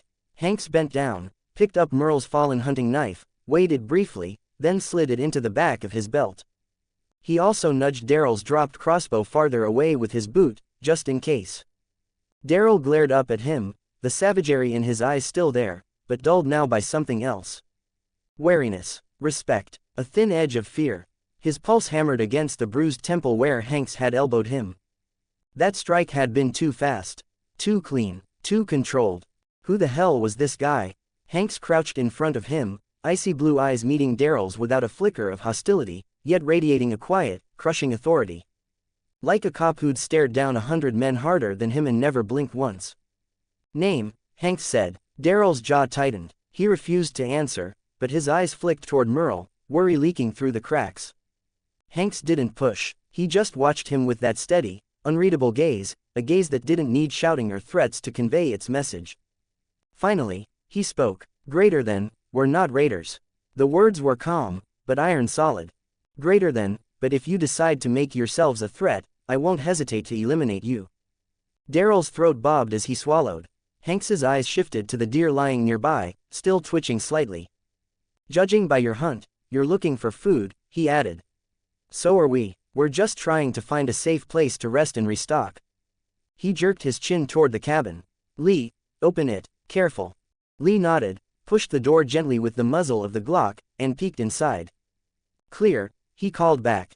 Dusty, but intact. Old desk, some cabinets. Nobody here. Hanks returned his gaze to Daryl and offered a hand, a rare gesture from him. We can talk, he said quietly. Or, his tone dropped half a note. You can lie here until nightfall. Or until walkers follow the blood scent. Daryl's breath hitched, barely audible. His eyes flicked again toward his brother, then to Hanks. This man wasn't bluffing. And more importantly, he hadn't killed either of them despite how easily he could have. Daryl licked his cracked lips, voice rough. Daryl, that's my brother, Merle. Hanks nodded once and extended his hand again. Hanks, this is Lee. After a tense second, Daryl accepted the grip. Hanks hauled him upright with one smooth pull, stronger than Daryl expected. A fragile ceasefire settled between them. Hanks tapped Lee's arm. Keep an eye on him. Then he strode toward the ranger cabin, pushing the door wider but not stepping in yet. He swept the interior with a quick, trained eye. Dust drifting in the light. Old wood, metal filing cabinets, a rusted iron stove. Piles of old tools and trash shoved into a corner. It looked abandoned, but intact enough to shelter in. Hanks stepped inside, eyes sweeping the room with the cold precision of someone who'd cleared too many buildings in his life. Insight hummed under his skin, drawing his attention to a filing cabinet whose drawer tracks bore faint, recent scratches. Behind him, Daryl entered slowly with Lee's Glock pinned to his spine, gaze locked on Merle's unconscious body outside. Lee kept to the doorway, weapon down but not lowered, tense and ready to fire. Hanks approached the file cabinet, tugged the drawer. Locked. He didn't bother searching for a delicate solution. He stepped back, planted his heel, and, thud, the wooden panel cracked. Another sharp kick, crack, the whole drawer split open, revealing a stack of yellowed documents, an old, dust-coated revolver, a half-box of .38 special, a single small key hanging from a rusted hook inside. He pocketed all of it. Then his gaze slid to the wooden gun locker against the far wall, secured with a heavy padlock. He tried the key. Click. The lock popped open. When Hanks swung the cabinet door aside, his brows lifted slightly. Inside lay one well-maintained Remington 700, half a box of .308, several scattered boxes of mixed-gauge shotgun shells, and a handful of 9mm rounds. Not much, but for them, a godsend. He slung the Remington over his shoulder and swept the entire cabinet clean, stuffing every last round into his assault pack. He had just zipped the bag shut when, a groan rolled in from outside. Merle. The bastard was waking up. Daryl jerked forward instinctively, only to freeze when Lee pressed the Glock harder into his back. Don't, Lee warned. Hanks quickly tucked the ammo into his pack, then nodded toward the door. Let him check on his brother, Hanks said. Keep your eyes sharp. Lee eased aside, just enough. Daryl bolted out. Merle, hey, you good, damn it. Merle shoved his hand away, staggering upright on his own. A long, ugly lump bulged on his temple, blood trickling down the side of his face. He shook his head violently, a mistake, judging by the wince, then lifted his eyes. And saw Hanks. His expression twisted instantly into pure malice. You son of a bitch, you blindsided, half-breed. He lurched forward, fury overriding pain. Daryl caught him around the chest. Merle, stop, you ain't beaten him, you didn't even see him move. He hissed the next words urgently. They got numbers, and, hell, that guy ain't normal.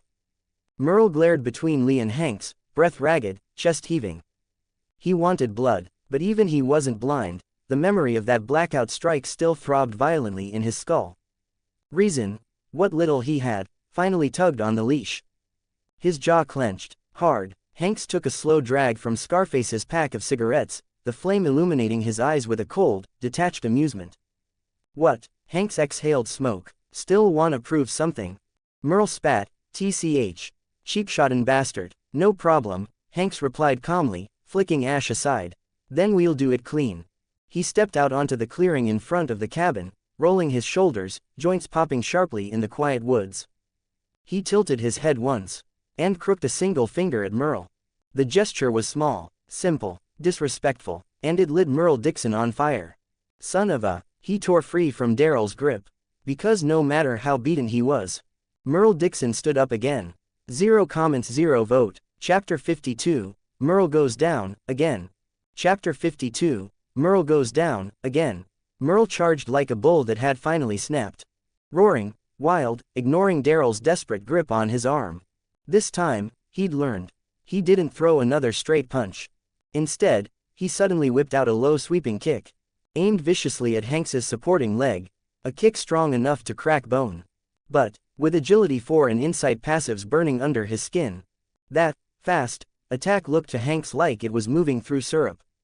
Hanks didn't even bother stepping away. He simply adjusted, bending his knee slightly, turning his ankle inward, and let Merle's shin slam directly into the hard side of his military boot. Thud, ah, Merle's breath exploded out of him as agony knifed up his leg. It felt like he'd kicked a steel pillar, and lost. And in that brief stutter of pain, Hanks moved. He flowed in like a shadow, cutting straight into Merle's exposed centerline. His left elbow snapped upward, a brutal uppercut aimed at the underside of Merle's jaw. Merle's eyes widened. He barely got an arm up. Crack. The block saved him from going unconscious, but the impact numbed his arm to uselessness, and sent him stumbling backward, off balance, vulnerable. Hanks did not allow him even a heartbeat. His right hand shot out, not as a fist, but with fingers spread like an iron trap. He snagged Merle's blocking arm, yanked hard sideways, and in the same smooth motion, his right foot hooked Merle's rear ankle. A flawless takedown. A perfect destruction of balance. Merle felt the world tilt. Felt the ground vanish beneath him. And then, boom. The earth shook with the impact. Dust exploded outward. Birds scattered from the trees. Merle Dixon went down hard. This one wasn't a simple fall.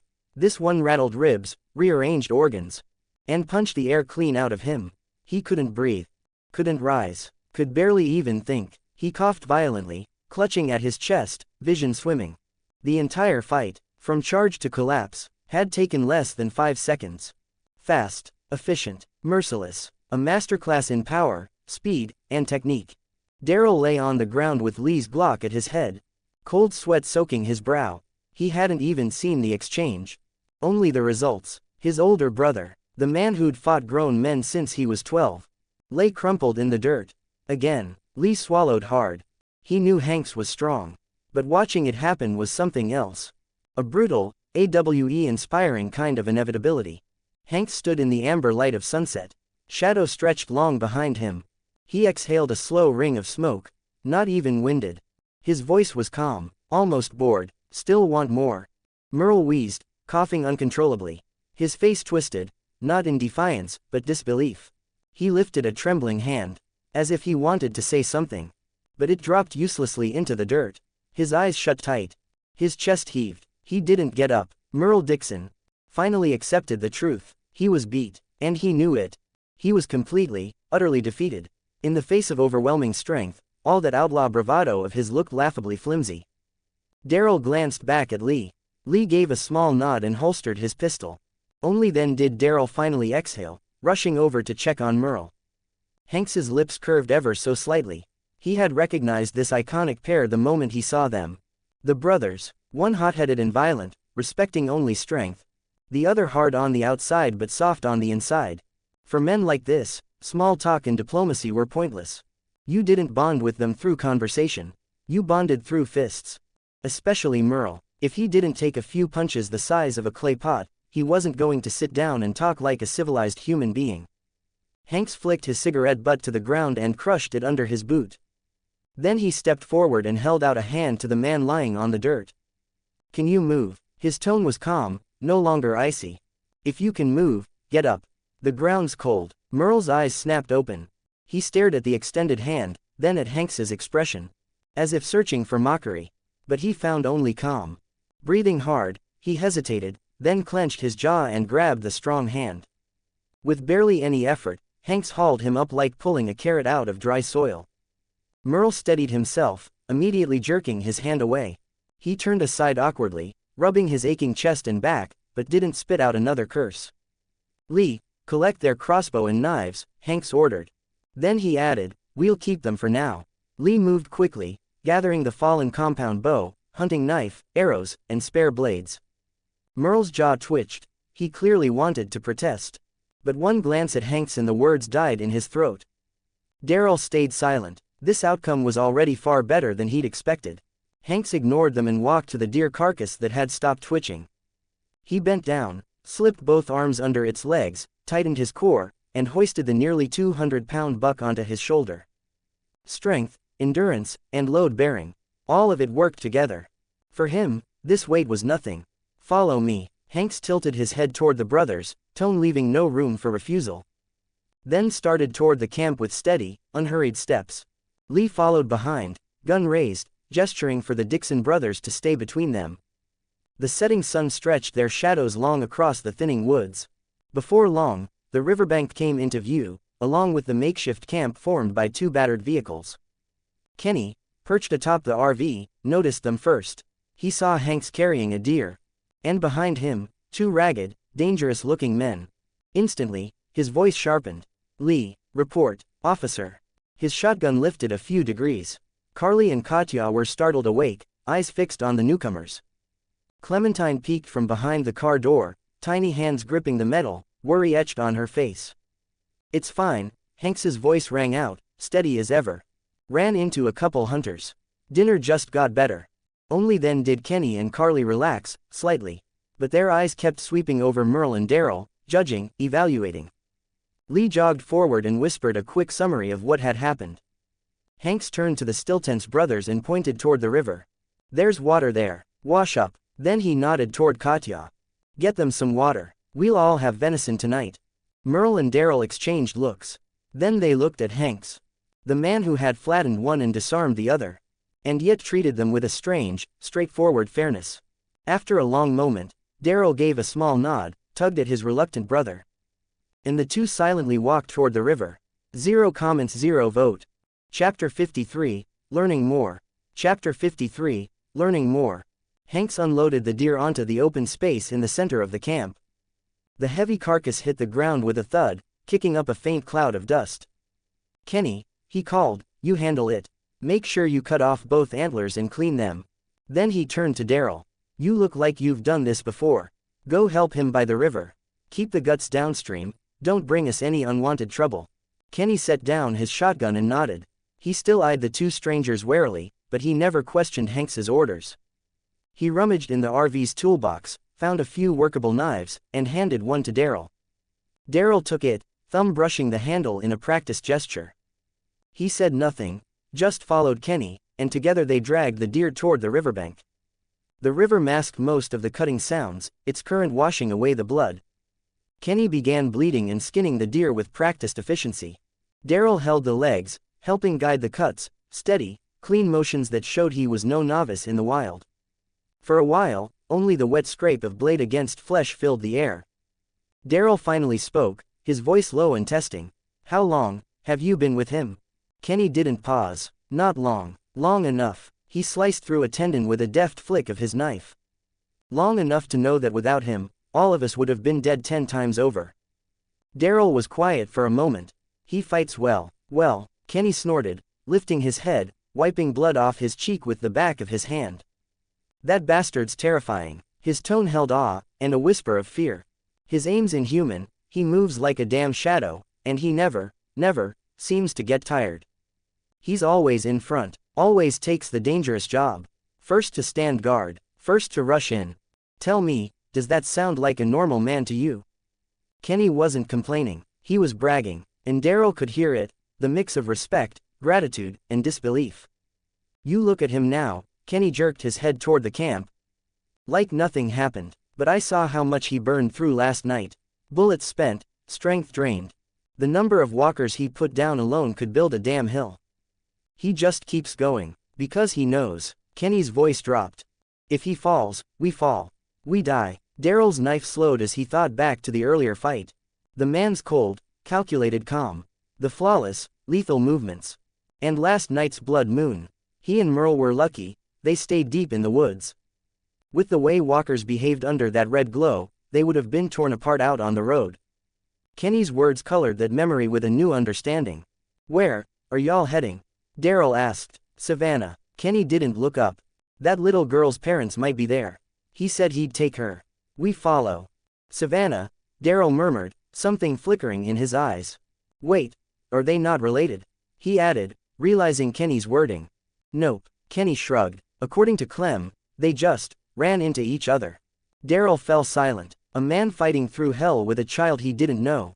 Just to honor a promise. Something in Daryl's chest shifted. The two worked in silence after that, slitting open the deer, cleaning it, washing off blood, trimming branches into skewers. They threaded chunks of venison onto the sticks, rubbing salt from the vehicles, supplies onto the meat. In camp, Katya finally relaxed seeing the kids laughing and playing again. Then she noticed Merle sitting off to the side, battered, sulking, and bruised. She sighed softly, grabbed what little disinfectant was left, and walked over. Hold still, she said gently, dabbing the gash on his cheek. TSSHH. Son of a. Merle flinched, muscles twitching, but when he met her gentle, motherly eyes. Thanks, he muttered, the rest of the curse dying in his throat. Easy now, Katya smiled, unfazed by his awkwardness. Nearby, Lee and Carly sat close, speaking quietly about the woods and the strangers they'd met, voices calm, steadying. As the sun dipped below the horizon, the warm glow painted Lee and Carly in soft shades of amber. From a distance, the two looked less like hardened survivors and more like a pair of young lovers whose sparks had just begun to fly. Hanks adjusted the hunting rifle in his hands, peering through the scope into the fading light. The bigger the caliber, the happier he was, because he, too, was a big caliber kind of man. Night eventually swallowed the last streaks of sunset, the sky turning into a vat of ink. On the riverbank clearing, a campfire crackled to life.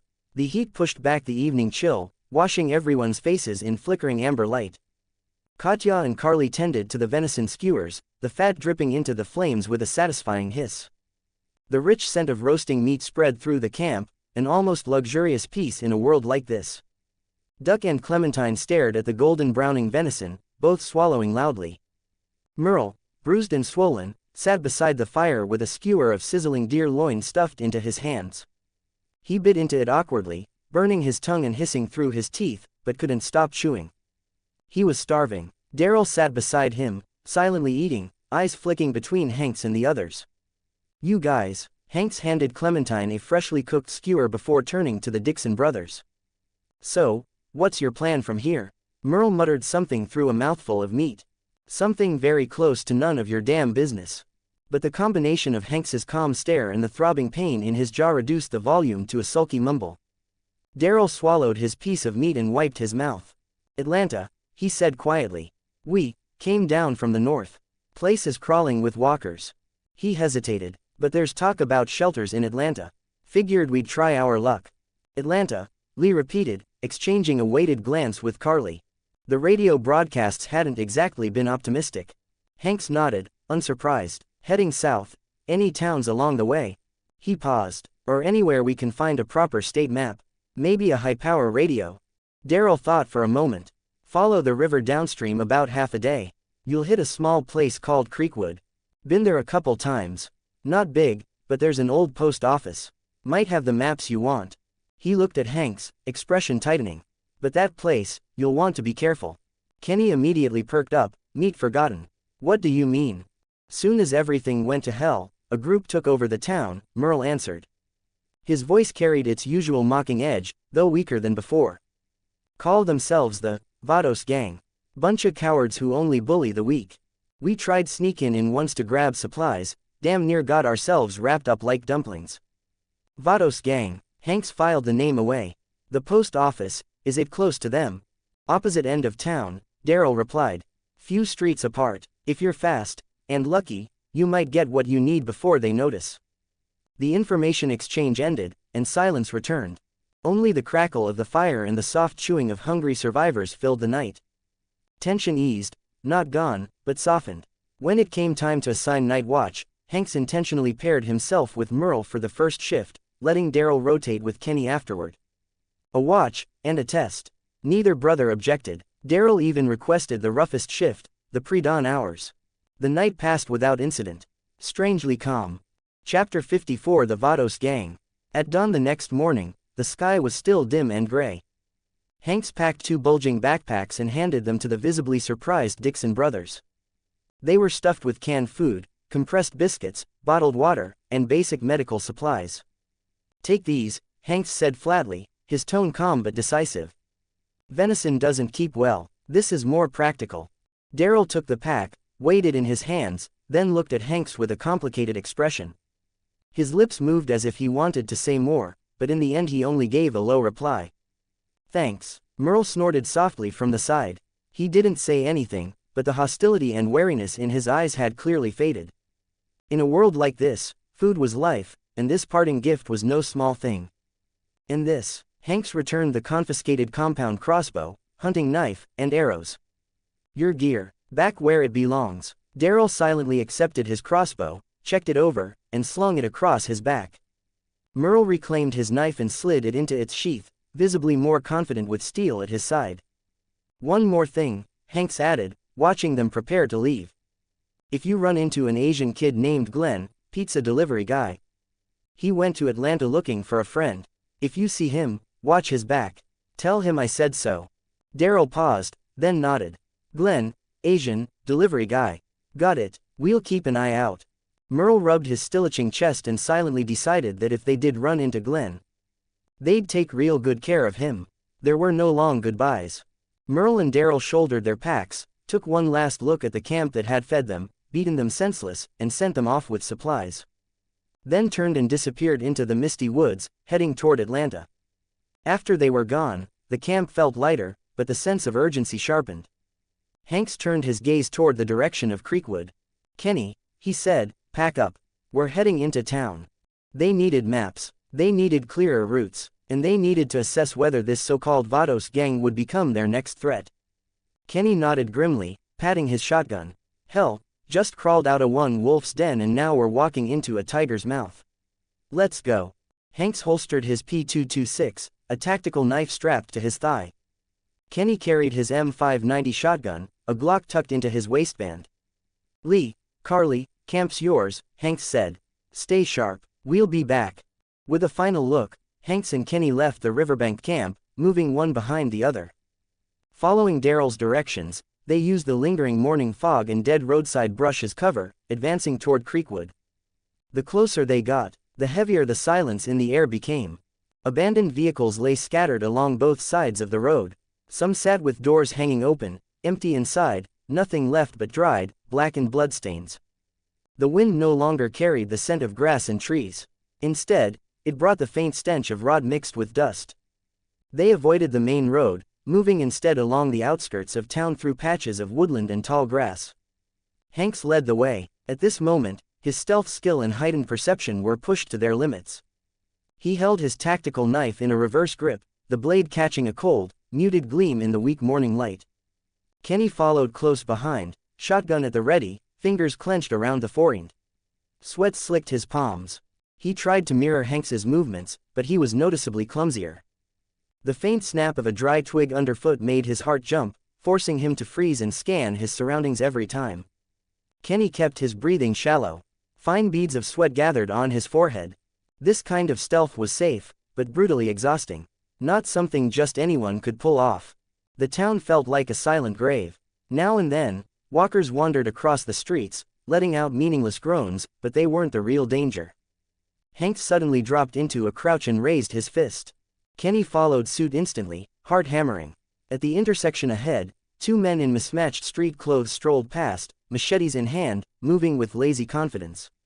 Cigarettes hung from their mouths as they murmured to each other. Their patrol route was loose, almost careless. The Vados gang's patrol, just like Daryl said. Hank signaled Kenny to detour. They pressed against the walls of nearby buildings and slipped into a narrow alley, vanishing from the patrol's line of sight. From there, they threaded through a maze of ruined streets and half-collapsed houses, avoiding open roads whenever possible. Guided by instinct and perception, Hanks consistently anticipated danger and chose the safest routes. Kenny stayed glued to his back, equal parts awed and reassured. Following Hanks always seemed to turn dead ends into narrow escapes. Still, the town was larger than expected, its intersections confusingly numerous. Daryl had only said the post office was on the other side of town. Which side, exactly? Left for you, right for me, everyone's got their own version. At the mouth of an alley clogged with trash bins, Hank stopped again, frowning. They'd been circling for nearly half an hour, no sign of the post office. Worse, they'd almost bumped into another patrol. Damn it, Kenny muttered under his breath, wiping sweat from his brow. This place is a maze. Where the hell is that post office? Hanks didn't answer. His eyes swept the surroundings, searching for any signage or recognizable landmark. Just as he hesitated, left or right, click, a soft, crisp sound came from the corner to their right. Hanks's pupils shrank. He reacted instantly. He lunged. His left hand clamped over the mouth of the person stepping around the corner, cutting off the scream mid-breath. At the same time, the cold edge of his knife was already pressed against the stranger's throat. The entire sequence took less than a second, too fast to react to. The captive let out a muffled, terrified whimper, struggling violently.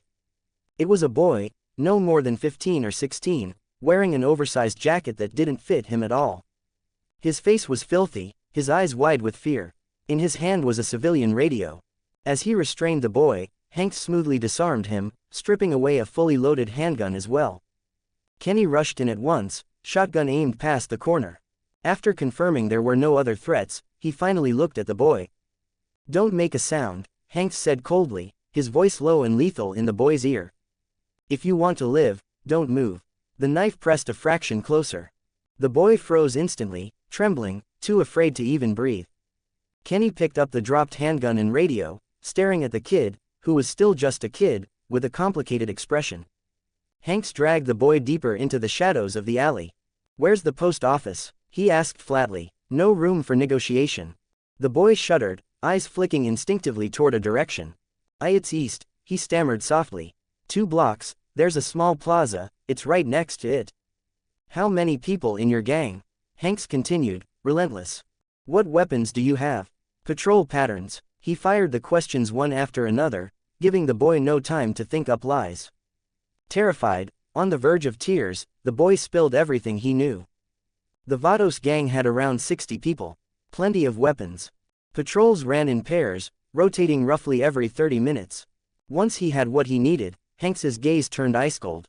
He pressed a firm hand against the back of the boy's neck. In his other hand, the grip on the knife tightened, just slightly. Chapter 55. He's still just a kid. Fear filled the boy's eyes, reflecting the figures of Hanks and Kenny back at him like warped shadows. Kenny caught the fleeting glint of killing intent in Hanks's gaze, and his heart lurched. Looking at the boy's still immature face, he finally couldn't hold back. He grabbed Hanks's arm. "Hanks, don't. He's just a kid. He didn't attack us. We got what we needed. Just knock him out, tie him up, and leave." "There's no need to kill him." Hanks froze. He turned his head slightly to look at Kenny, silently weighing risk against consequence. "Kenny," Hanks said quietly, "in the apocalypse, doing good without the strength or leverage to back it up will come back to bite you. Kindness has a price. Kenny felt a chill crawl up his spine under that stare, but he didn't back down. Lowering his voice, he insisted, we're not like them. Right, officer. He deliberately stressed the word officer. The alley fell into dead silence, broken only by the boy's suppressed, panicked breathing. Hanks's gaze shifted back and forth between Kenny's anxious face and the boy's deathly pale one. At last, the cold killing intent in his eyes slowly receded, though the temperature there never truly warmed. Suddenly, he raised his hand and slammed the pommel of his knife hard into the back of the boy's neck. The boy let out a muffled groan, his eyes rolling back as his body went limp, collapsing to the ground unconscious. Drag him into the corner. Hide him. Hanks sheathed the knife, his voice calm, as if that moment of murderous resolve had never existed. They weren't here to slaughter bandits, and there was no rope to be found nearby anyway. If they weren't going to kill him, the only option was to silence him and stash him out of sight. Kenny let out a long breath he hadn't realized he was holding. He rummaged through a nearby pile of trash and pulled out a filthy rag. Without hesitation, he stuffed the foul-smelling cloth into the boy's mouth.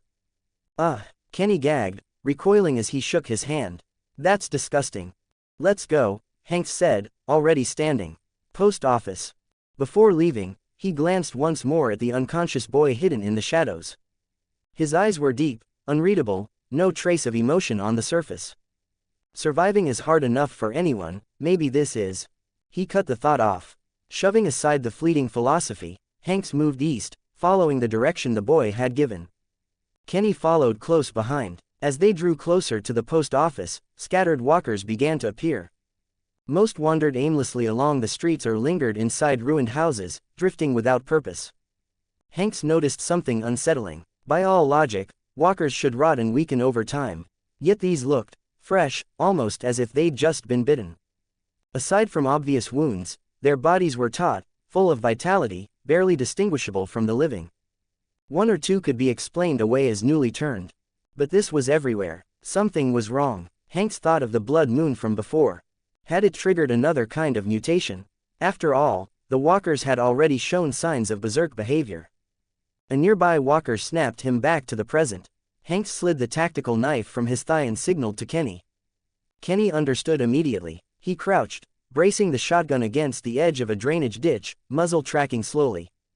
His job was overwatch, watching a wider area, especially for any living patrols. Hanks hugged the wall of a weathered building. A walker stood with its back to him, mindlessly clawing at the door of a sedan. He closed in without a sound. His left hand clamped down on the crown of its head. His right hand drove the blade cleanly into the back of the skull. The walker stiffened, then collapsed, never making a sound. Hanks dragged the body into the shadows with practiced efficiency. He moved forward, using debris and broken walls as cover, dispatching several isolated walkers the same way. From behind, Kenny watched with a mix of dread and awe. It was infiltration turned into art, cold, efficient, not a single wasted motion. He kept scanning their surroundings, palms slick with sweat, terrified of being the weak link. Hanks stopped at a street corner and cautiously leaned out to observe. Across the road stood their objective. A low building with a green slanted roof, a wooden sign hanging above the entrance. The post office. The problem was the walkers. At least 7 or 8 of them loitered around the entrance and nearby street. Hanks motioned for Kenny to hold position. Using overgrown weeds as cover, Hanks advanced alone.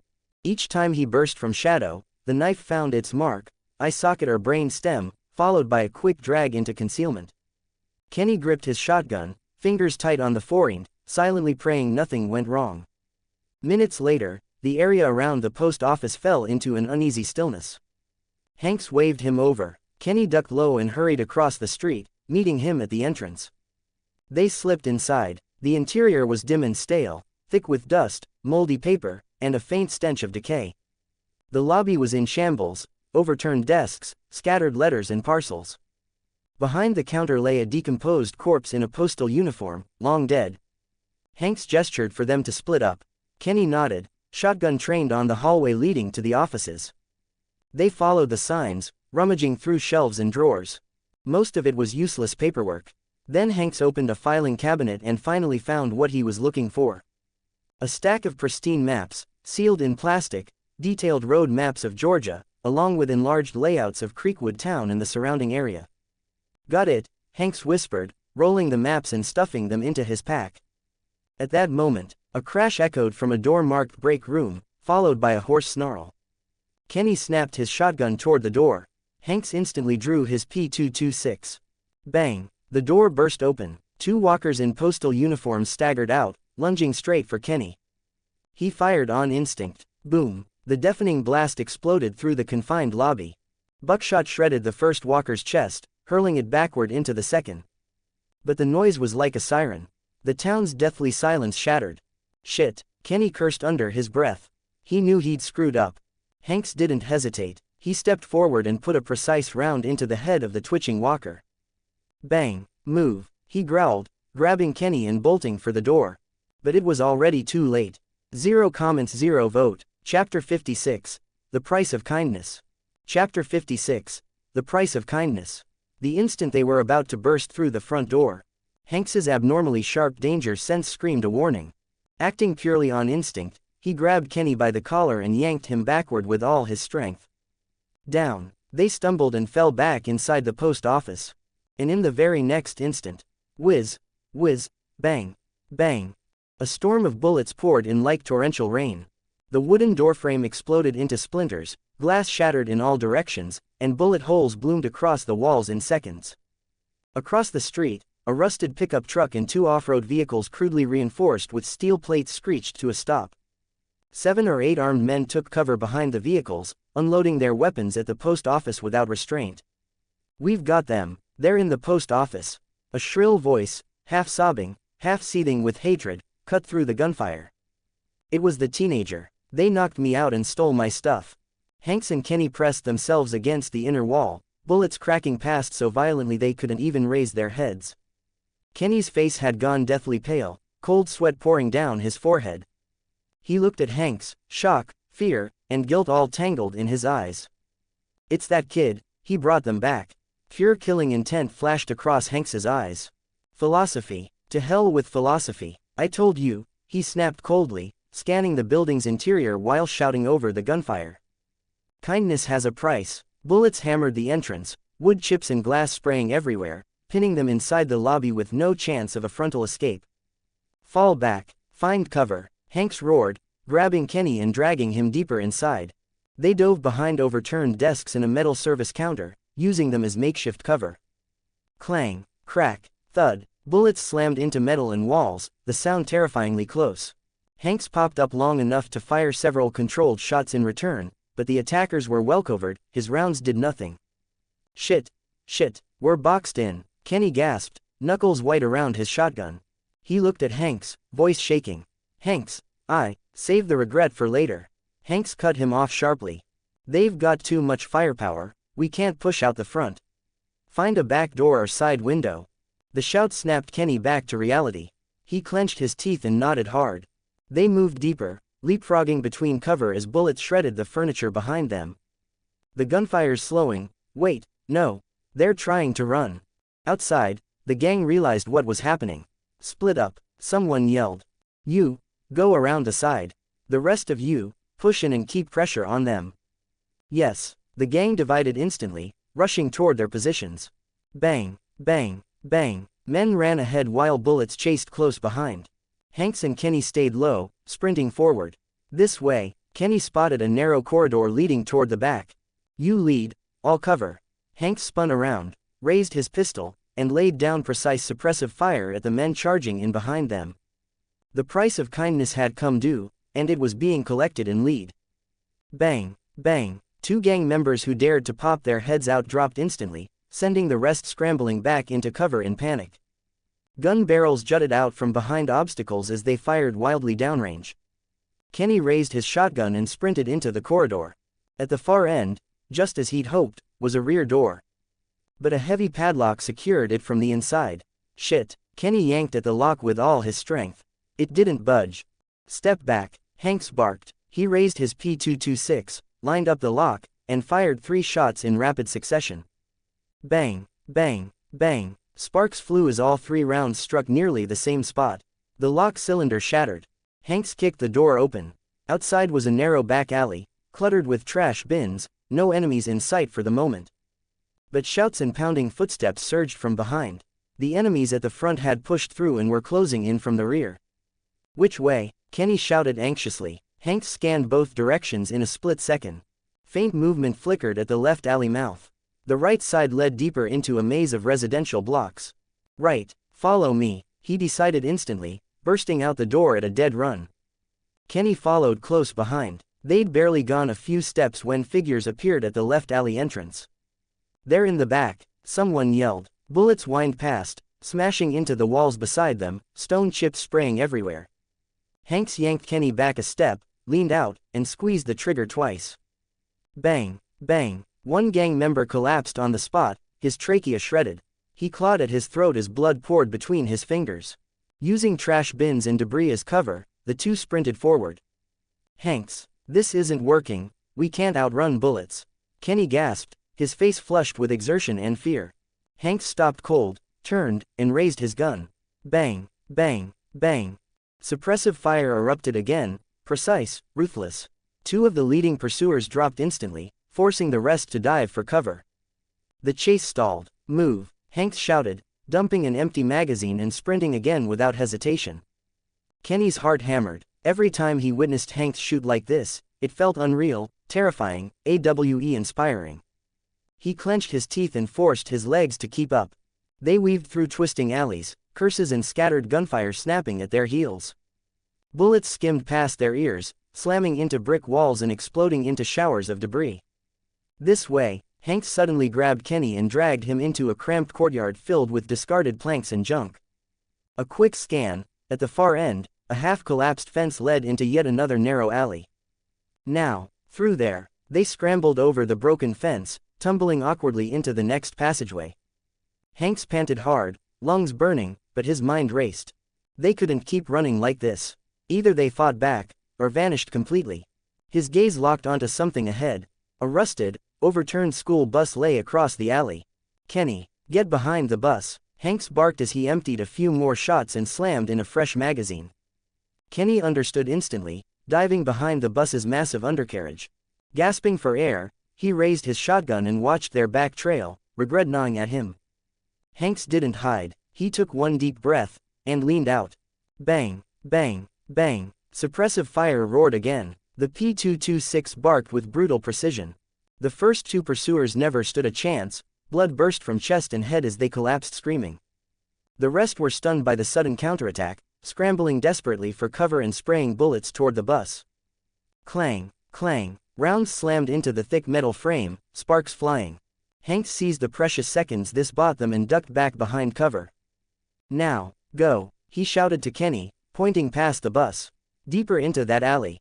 They broke into another full sprint, finally opening some distance between themselves and the suppressed pursuers. They plunged into a narrower, more secluded alley piled with garbage. The stench of rot hitting them like a wall. The escape wasn't over yet. 0 comments 0 vote. Chapter 57. Confirming the route. Chapter 57. Confirming the route. Hanks suddenly stopped. His ear twitched. His heightened perception picked up faint footsteps and low voices coming from the alley ahead. Enemies. Quick. This way. Don't let them get away. Another group was moving in from the front. Blocked ahead. Pursuers behind. Kenny looked at Hanks in despair. Hanks's eyes sharpened. He shoved open a nearby iron door, half ajar and smeared with grease. Inside was what looked like the rear storage room of a small auto repair shop, the air thick with the stench of engine oil. Inside, he barked. He shoved Kenny through, slipped in after him, and quietly pulled the door closed, leaving only a narrow crack to watch the outside. Footsteps rushed past. 4 or 5 men sprinted through the alley, shouting curses as they ran toward the overturned school bus. Hanks and Kenny held their breath, backs pressed to the cold wall, hearts pounding as sweat soaked through their clothes. Only when the footsteps faded did Hanks finally ease his breathing, though he remained fully alert. Fuck, we almost. Kenny slumped to the floor, his voice shaking so badly he couldn't finish the sentence. He'd barely fired a shot the whole time, just kept his head down and ran, too terrified to even look back. Hanks ignored him and quickly checked the storage room. No other exits, just the door they'd entered through, and a small window boarded shut with rotting planks. They couldn't stay here. Peering through the crack in the door and confirming the alley was temporarily clear, Hanks spoke in a low voice. We can't go back the way we came. They'll be searching. We need another route. He drew his tactical knife and moved to the boarded window, prying loose one plank and peering outside. Beyond it was another narrow back alley, cluttered with trash bins, no enemies in sight. This way, Hanks began tearing at the remaining boards. Kenny rushed over to help. Working together, they quickly ripped away the decayed planks, opening a gap just wide enough to squeeze through. Hanks went first, slipping out silently and immediately raising his weapon to cover both directions. Kenny followed, clumsier but fast enough. This way, Hanks said, orienting himself and pointing toward a parallel alley roughly aligned with their original route. They stopped running. Using shadows and scattered debris, they moved quickly but carefully. Hanks's stealth and situational awareness were pushed to their limits, allowing him to avoid danger before it even appeared. A few scattered walkers crossed their path, but each was dispatched silently with his knife. They made a wide detour, climbing over a low wall and cutting through an abandoned park. At last, the shouting and gunfire behind them grew faint, then vanished entirely into the ruined town. Only then did they dare slow down, collapsing behind a broken wall and gulping air. For the moment, they were finally free. Sweat dripped from their chins. Both of them looked like they'd just been dragged out of a river. The map, do we still have the map? Kenny asked between ragged breaths, his voice hoarse. Hanks patted his backpack. We do. Kenny let out a long breath of relief, but it was quickly replaced by crushing guilt and lingering fear. Hanks, I'm sorry. This was all my fault. If it weren't for me. That doesn't matter now, Hanks cut him off, his voice steady and coldly practical. Kenny nodded hard, watching Hanks's straight back. That familiar mix of admiration, reliance, and guilt surged up again. They stood and moved out once more, taking an even more concealed route back toward the riverside camp. By the time Hanks and Kenny staggered back into the camp, the sun was already slanting west. Both of them were caked in dust, sweat, and streaks of greasy grime. Kenny's face was pale, his eyes still haunted by lingering shock, his steps wobbled as if his legs might give out at any moment. Hanks looked calmer by comparison, but his tightly pressed lips and slightly quicker breathing betrayed how close he'd come to the edge. Last time, at the factory, he'd relied on smoke grenades and terrain. This time, they'd been completely boxed in. One misstep, 1 second slower, and they would have been ground down and killed. No matter how strong he was still flesh and blood. People who got shot usually died. Thank God, you're back. Lee rushed forward, relief flooding his face the moment he saw them. His expression tightened when he took in their condition. What happened? Are you hurt? Carly and Katya hurried over as well, worry written plainly on their faces. Clementine ran straight to Hanks and wrapped her arms around his leg, looking up at him with wide, frightened eyes. We're fine, Hanks said first, deliberately relaxing his tone as he gently patted her head. He glanced around the group, ran into a few scraps from the Vados gang, took a longer route and shook them. He made it sound trivial, saying nothing about the desperate firefight or how close they'd come to being completely surrounded. Kenny opened his mouth, clearly wanting to say more, but swallowed it instead. He wiped his face hard and muttered, "Yeah, we're okay. Just ran ourselves half to death." Lee and Carly exchanged a look. They both knew something was off. But since the two of them were alive, neither pressed for details. That's what matters, Katya said quickly, stepping in. You're safe. We kept some venison warm. Eat something, get your strength back. Large chunks of roasted deer still sat over the fire, fat sizzling softly, the rich aroma filling the air. Fresh off a brush with death, neither man bothered with conversation. They took the food and ate greedily. Only once the hot meat hit their stomachs did the chill and lingering dread finally start to ease. When they'd recovered a bit, Hanks pulled out the hard-won map. Take a look, he said, spreading it on a relatively flat patch of ground and weighting the corners with stones. Everyone gathered around, even Duck and Clementine craned their necks to see. It was a detailed road map of Georgia, far more complete than anything they'd had before. Major highways, secondary roads, small towns, rivers, and mountain ranges were all clearly marked. Hanks traced a finger from their rough current position, moving southeast until it stopped at a point on the coast. Savannah, he said, that's our final destination. His finger slid along a bold line. US 80, fastest route on paper. Then he shook his head. But major roads are either completely jammed with abandoned vehicles, are controlled by groups like the Vados gang. High risk. He shifted to a thinner, winding line. State Route 57. Longer, more remote, probably worse road conditions. But fewer large herds, and a much lower chance of running into armed groups. Kenny stared at the map, his voice still shaky. But, Hanks, you know the condition of our cars. Bad roads might finish them off. I know, Hanks replied evenly. That's why we need careful planning. He tapped the map. We avoid impassable areas where possible. If we have to, we abandon the vehicles and go on foot. What about communications? Carly asked suddenly. What about a radio? Kenny pulled out a handheld unit. We picked one up. It was taken from the boy earlier. The moment he switched it on, static crackled through the speaker. Then a voice broke through. BZZZT, Vados gang, all members, respond. The camp went silent. 0 comments 0 vote. Chapter 58, Roadblock. Chapter 58, Roadblock. A roar of fury, so intense it nearly cracked, exploded from the radio, tearing the camp's fragile calm to shreds. BZZZT, all Vados gang members, respond. All Vados gang members, respond. The voice trembled with barely contained rage, dripping with brutal authority. We've got 2 outsiders. One tall, one short. The tall one's got a mixed blood face, the short one's got a beard. They killed our men, took our supplies, and humiliated us. Find them, slaughter them, I want their heads hanging at the town entrance. They have accomplices, guaranteed. Search everything, along the river, along the roads, drag them out. Anyone who provides a lead gets 3 days of rations. Whoever kills them personally gets women, gets ammo. The manic howling echoed across the riverside, thick with bloodlust and vengeance. The air in the camp froze solid. Every pair of eyes slowly turned toward Hanks and Kenny. What the hell did you two do? Why are they this furious? Hanks looked faintly helpless under the stairs. If I said this happened because I tried to do a good deed, would you believe me? Everyone nodded vigorously. Yeah, Hanks sighed. That's what I thought too. He allowed himself half a breath of humor, then his expression hardened instantly. Pack up, he ordered, voice low and absolute. Now, immediately. No time to hesitate. He snatched up the map and shoved it back into his pack, words coming fast and sharp. US 81st. We move right now. Kenny, motorhome. Lee, pickup. Katya, Carly, get the kids on board. Absolute silence. Move. That final bark cracked like a whip across everyone's nerves. No one questioned him. Pure survival instinct crushed every other emotion flat. The warmth from moments ago evaporated like a dream. The map vanished into a backpack. Orders hit like thunder. There was no time for fear, no time for grief, only motion.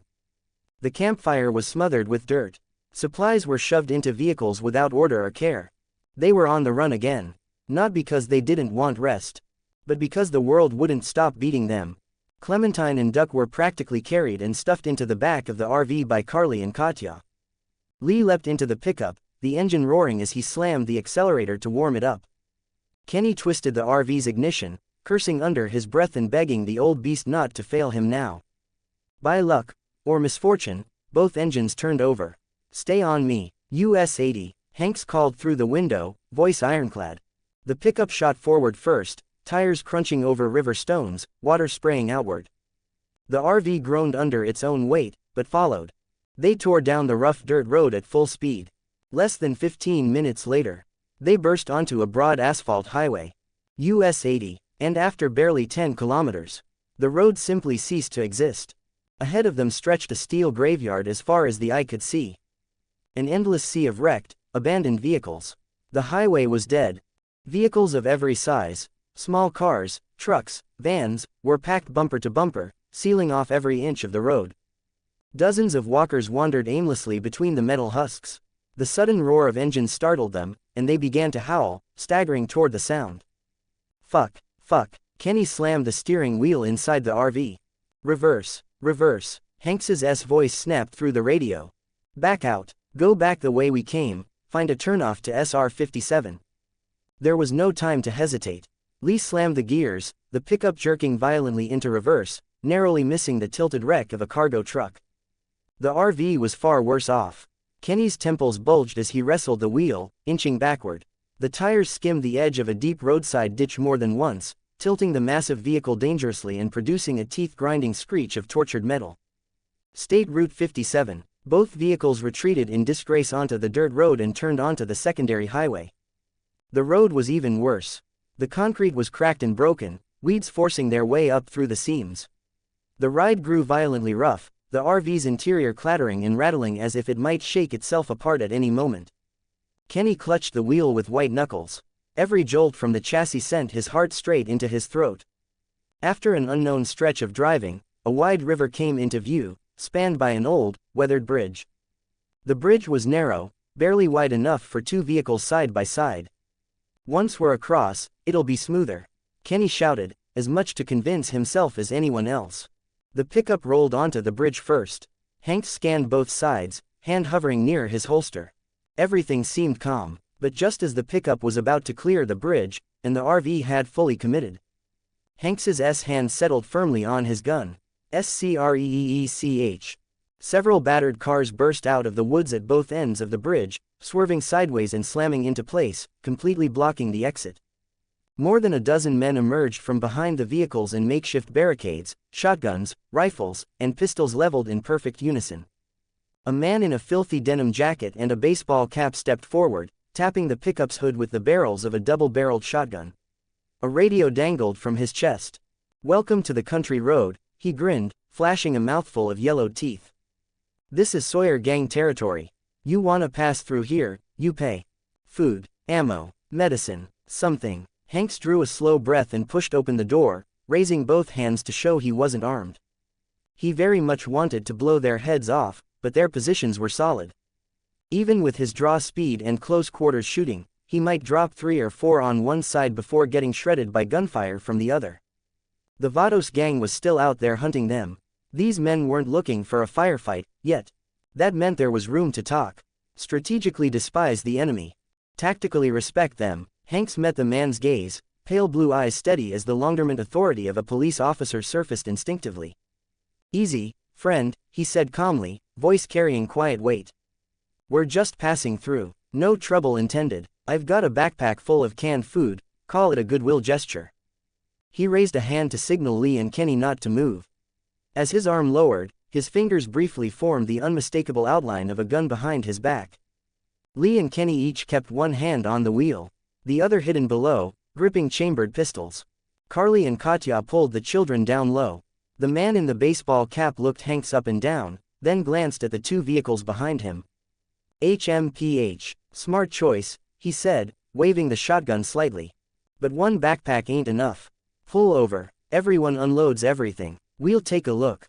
Hanks stepped closer. Weapons snapped up on both sides. "Say that again," Hanks said quietly. The man in the cap started to move. Too late. Hanks's left hand shot out, clamping onto the shotgun barrels. With a brutal upward twist, he wrenched the weapon free before the man could even touch the trigger. At the same time, Hanks's left leg snapped out like a steel whip, slamming into the man's abdomen. The man flew backward like a kicked sack of meat, crashing into his own crew and triggering a burst of shouts and confusion. In the same instant, Hanks's right hand blurred to his holster. Click. Bang. 0 comments 0 vote. Chapter 59. Katya is shot. Chapter 59. Katya is shot. Hanks moved again, faster than seemed humanly possible. His draw technique and American Iijutsu blended into one flawless motion. The P226 cleared the holster, chambered, and fired, 3 actions fused into a single breathless instant. The shot wasn't aimed at anyone. The bullet skimmed past the edge of the front car's tire and slammed into the ground, exploding into a spray of hot gravel and dust that peppered the bandits' pant legs. They all flinched, instinctively stumbling back a step. "I said it already," Hanks's voice cut through the air, cold enough to feel like a Siberian wind. His muzzle dipped slightly, but the sense of imminent death still pressed down on every man holding a gun. "We're just passing through. We don't want trouble." His gaze swept over them like a physical blade, the dormant authority of a police officer surging to its peak. "This backpack of food is a toll, not a plea." Hanks stepped back and took the backpack Kenny handed out through the window. He tossed it into the open ground. The bag hit with a dull thud. The zipper split open, spilling the contents, cans of meat, compressed rations, plainly visible. Every bandit's eyes snapped toward the food. Breaths grew heavier. Fingers loosened on triggers. The man in the baseball cap was hauled upright by his companions, clutching his stomach, face pale with pain. He stared at the supplies, then back at Hanks, anger, fear, and disbelief flickering across his face. He knew it. If that shot had been an inch off, it wouldn't have hit the dirt, it would have torn through someone's skull. This cop was terrifying. Hanks kept his pistol trained, his voice slower now, but even harder to argue with. Take the food, clear the road, or test whether your guns are faster than mine. He paused, then added calmly, as if stating a simple fact. You can gamble that I've only got 19 rounds left. And that it's not enough to kill all of you. Silence fell. Only the river murmured beneath the bridge, accompanied by the bandits, uneven breathing. The man in the baseball cap locked eyes with Hanks, then glanced again at the food on the ground. He weighed his chances. Against that kind of speed. Against whatever firepower might still be sitting in those vehicles. Greed, and fear of death, finally crushed what little authority he had left. He ground his teeth and gave a stiff, resentful wave of his hand. Take it, clear the road. Two bandits immediately rushed forward, dragging the backpack away. The wrecked cars blocking the bridge were shoved aside just enough to open a narrow passage, barely wide enough for the pickup and the RV to squeeze through. The road ahead was open. Hanks kept his gun raised the entire time, his hawk-like gaze locking onto every bandit's movement. Only when Lee's pickup rolled through first, followed by Kenny's RV squeezing shakily through the narrow gap, did he finally move. The instant the RV's rear cleared the bridge, Hanks exploded into motion. With terrifying speed, he sprinted, leapt, and rolled cleanly into the bed of the pickup. But just as the RV passed the man in the baseball cap, the radio clipped to the man's chest crackled to life. Even over the roar of engines, a familiar, youthful voice could be heard. One tall, one short. The tall one's mixed race. The short one's got a big beard. They killed our people. Our boss says, find them, kill them, double the bounty. Let those outsiders see what we're made of. The baseball cap man's face twisted in shock and fury. His eyes snapped to the RV's driver's seat. Kenny's unmistakable beard. And then to Hanks, the man who had humiliated him moments ago. That cold, sharp-featured face burned into his memory. Old grudges and new hatred collided. Fuck, they're the Vados gang's targets. He screamed. Open fire. Kill them. Boom. The thunderous blast tore through the air. 24 steel pellets sprayed outward like a metal flood. The moment Kenny heard that voice, his instincts screamed danger. He wrenched the steering wheel and slammed the accelerator. The RV's massive body swerved violently. And that saved his life. The pellets meant for the driver's seat slammed into the RV's side and rear instead. Crack, crash, windows exploded. The vehicle's metal skin bloomed with fresh bullet holes.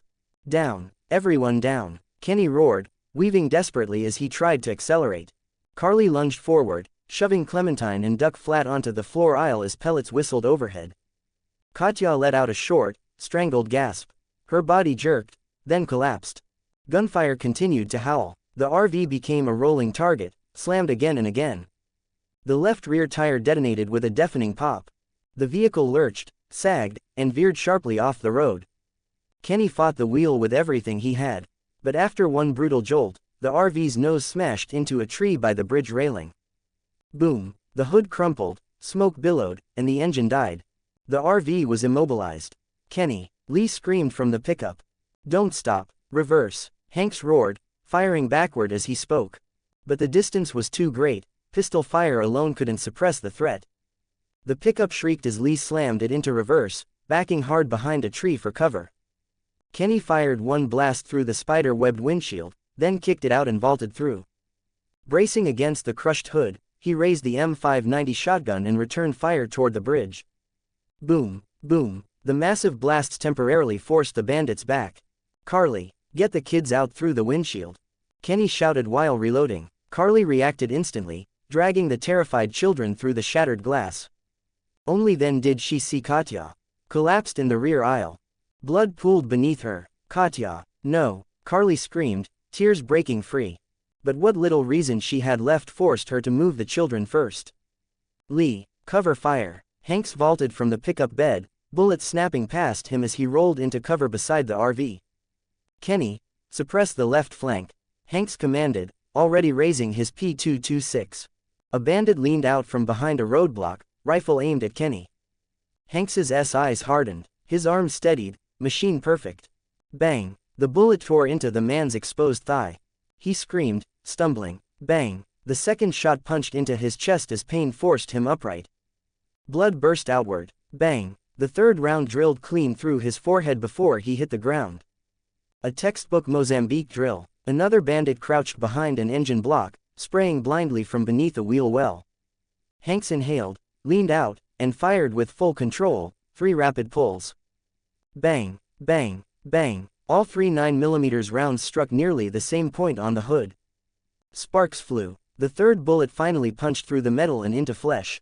A scream followed. Hanks's gunfire had rhythm. Every shot meant pain, retreat, or death. No wasted bullets. Each pause was spent repositioning, scanning, or selecting the next target. With Hanks's precision, Kenny and Lee's shotgun fire, and Carly getting the kids into the pickup before returning fire, the bandits were forced back. Several lay wounded or dead. For the moment, they had been suppressed. Then, boom, the fight was far from over. 0 comments, 0 vote. Chapter 60. Good night. Chapter 60. Good night. Hanks's ears twitched. Over the gunfire, he caught it, more engines roaring, the ground itself trembling. Under the fading dusk, headlights flickered between the trees in the distance. They called for backup. Hanks shouted, "A whole group's coming, now. Fall back to the pickup. Move. Katya, she's still inside," Carly cried out, tears streaking down her face, yet her hands never stopped firing. Hanks snapped at Lee, "Cover me." He burst from cover in a single stride, sliding low and fast, skimming the ground as he dove back toward the wrecked RV's rear door. The interior was a disaster. Bullet holes riddled every surface, torn through metal and paneling alike. The stench of blood hit him like a wall. Katya lay in a spreading pool of red. Her eyes had begun to lose focus. Her breathing was barely there. Hank saw the wounds, and his heart sank. A round had torn through her chest, blown out her back. She had lost too much blood. Far too much. "Stay with me," he growled.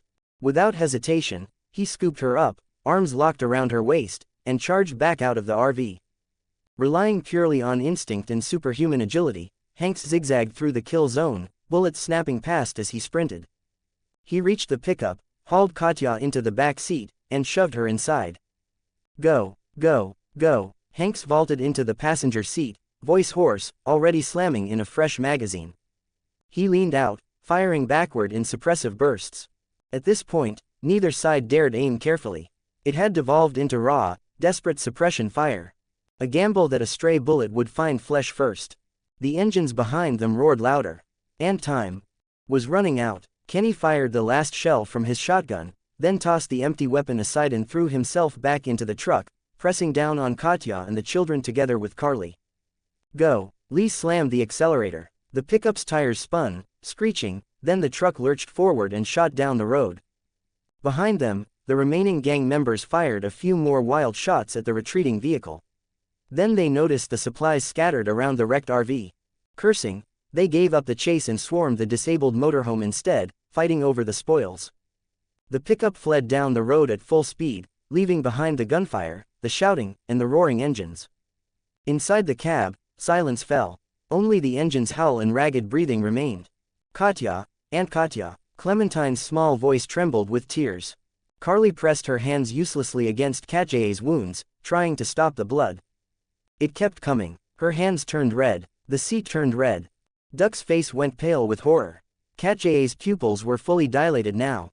Her body twitched once. Her head slumped to the side. The last spark of life went out, like a candle in the wind. "No, no," Carly choked. And then, only seconds later, the body that had already lost all signs of life began to move. A faint shudder, fingers curling unnaturally, a wet, choking sound rattling in her throat. Hank saw it all through the rearview mirror. Pain flickered across his eyes, followed by cold resolve. "Stop the truck." Lee slammed the brakes. The pickup screeched to a halt in the middle of the road. Hank sat in silence for a moment. Then he opened the door, walked to the back seat, and gently lifted Katya's body, carrying her beneath a nearby tree. Everyone climbed out. Carly held Clementine, who was sobbing uncontrollably. Kenny wrapped his arms around Duck, refusing to let him look at the body, still twitching, even now. Lee turned his head away, his chest tight. At the end. Had his parents and brother been like this too? Hanks said nothing. He slowly drew the tactical knife from his thigh. Duck seemed to understand. No, Mom, don't, he screamed, thrashing wildly. Dad, let me go. Stop him, I want my mom. Kenny held him even tighter, his entire body shaking. He still couldn't believe it. Yesterday, she was fine. Just yesterday. Why, Kenny? Hanks asked quietly, out of respect. You want to do it, or should I? Kenny's body jolted. He stared at the knife in Hanks's hand, then at the body beginning to convulse again. That was his wife, Duck's mother. Let Hanks do it. Let an outsider end Katja's life. Or do it himself. The choice was a sentence worse than death. Ah. Kenny let out a scream so raw it drowned out Duck's cries. He slammed a hand over Duck's eyes and crushed the boy against his chest. Don't look, son, don't look. His voice broke, soaked in tears. Kenny squeezed his eyes shut, veins standing out on his forehead, as though bearing the weight of the world. That was his answer. He couldn't do it, and he couldn't watch it either. So he handed over the mercy, and the sin, and the responsibility of protecting his son. To Hanks. Hanks nodded. He gave Katja the last dignity he could. Katja, he said softly, I'll grant you mercy. The knife rose. Good night. No hesitation. The blade flashed. Precise. Decisive. Ending everything in an instant. The twitching stopped. The choking sounds vanished. The world fell silent. Only the wind moving through the trees remained. And the suffocating sobs of a child pressed tight against his father's chest. Kenny trembled violently. The man who had always been unbreakable now looked hollow, like all the strength had been torn out of him. Father and son stared at the body beneath the tree, now finally still. Hot tears streamed down Kenny's face, mixing with dirt and blood as they fell to the ground. Ah. Only then did Kenny release Duck. They collapsed beside Katja together, clinging to her, crying until their voices broke. The world felt empty, only grief remained. Carly pressed Clementine's face into her shoulder, shielding her from the sight. Tears slid silently down Carly's own cheeks. Lee sank down against the pickup's tire, breathing hard, eyes unfocused as he stared into the darkening horizon. He had seen death before, but every time, especially like this. It was like another knife twisting into an already shattered heart. Hanks wiped the blade clean and sheathed it.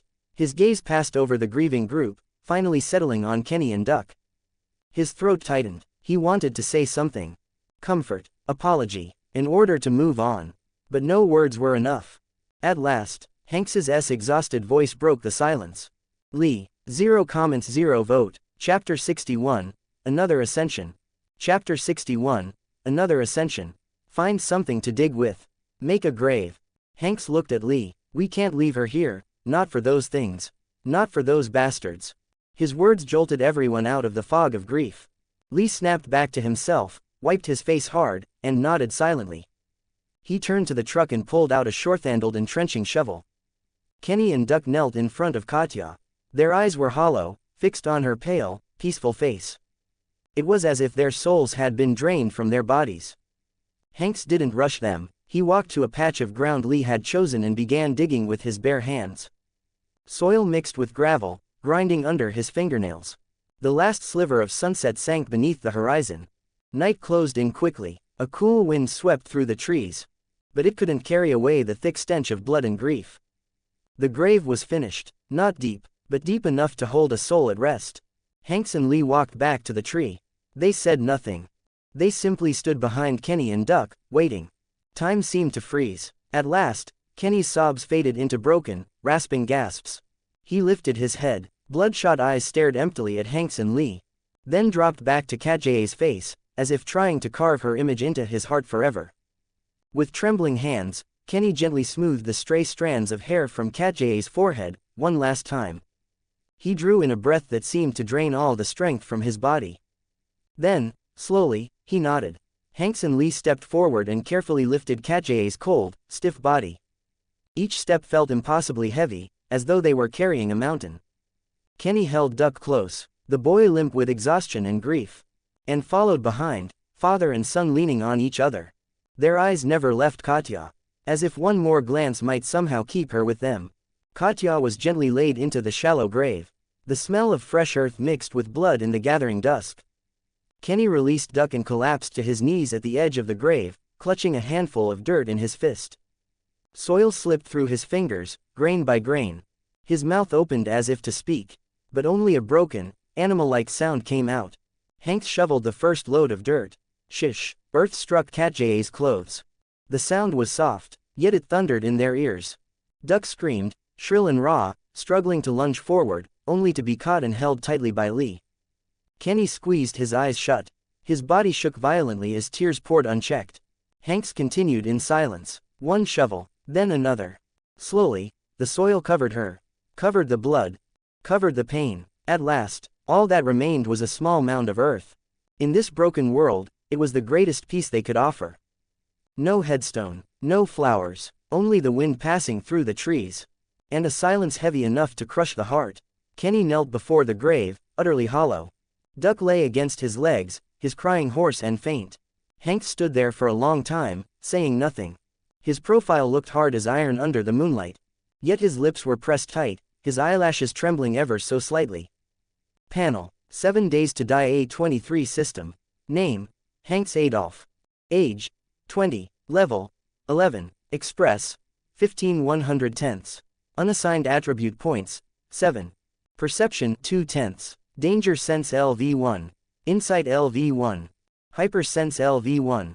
Strength 2/10. Carrying Capacity LV1. Burst Power LV1. Toughness LV1. Constitution 2/10. Iron Stomach LV1. Regeneration LV1. Vitality LV1.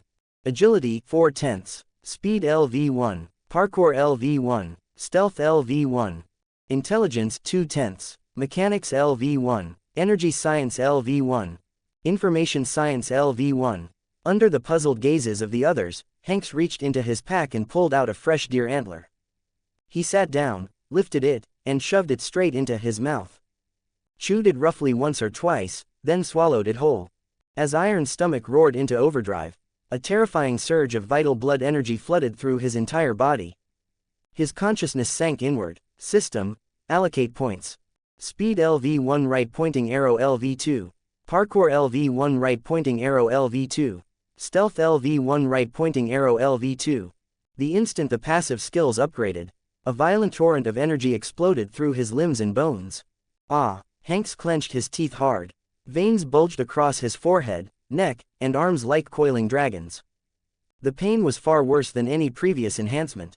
His leg muscles spasmed uncontrollably, as if he were sprinting at maximum output under a 100-fold load. Every muscle fiber tore apart, then reassembled, compressed, optimized. Denser, sharper, more explosive. His joints emitted faint but unmistakable hums. Ligaments were forcibly stretched and reinforced, reshaped to withstand the terrifying speed to come. Agility: 4 right pointing arrow 5. The increase in his primary attribute poured fuel onto the fire, driving the transformation to its absolute peak. His metabolism ignited at an unprecedented rate. Body temperature skyrocketed, sweat soaked through his tactical vest instantly, then steamed off in thin white wisps. Blood thundered through his ears like a raging river. His heart hammered wildly, as though it might burst straight out of his chest. And it wasn't over. His will pressed down again, without hesitation. Constitution: 2 right pointing arrow 3. Constitution: 3 right pointing arrow 4. This time, the pain struck deeper. His bones felt as if they'd been thrown into a furnace, crackling with dense, teeth-grinding pops as they hardened and compacted. His organs, especially heart and lungs, swelled with violent pressure, forcibly expanded. Every breath burned. Circulation efficiency and oxygen utilization were brutally elevated. Subcutaneous fat was rapidly broken down. Muscle structure optimized yet again. His fatigue threshold, his very limit of endurance, was violently pushed higher. Vitality LV1 right pointing arrow LV2. The final allocation was the last quench, locking all transformations into a unified whole. A far more powerful vitality surged up from the deepest layers of his cells, forcibly stabilizing a body on the verge of collapse. Resistance to disease, toxins, and exhaustion increased dramatically. But the cost was unprecedented. Grr! His stomach let out a roar like a primordial beast. An insane, min-shattering hunger slammed into him like a tidal wave. Iron's stomach spun madly, trying to squeeze the final scraps of energy from his body. only deepening the emptiness and searing pain. He felt his muscles, even his bones, being burned, broken down, consumed. To compensate for the catastrophic energy deficit of forced evolution, his vision darkened, violent dizziness crashed over him. All he could hear was the deafening thunder of his own heart, and the roar of blood in his ears. His entire body trembled uncontrollably. A clear sign of extreme energy depletion. He grabbed another deer antler without even looking, and shoved it straight into his mouth. Using every ounce of strength he had, he chewed frantically, barely swallowing it whole.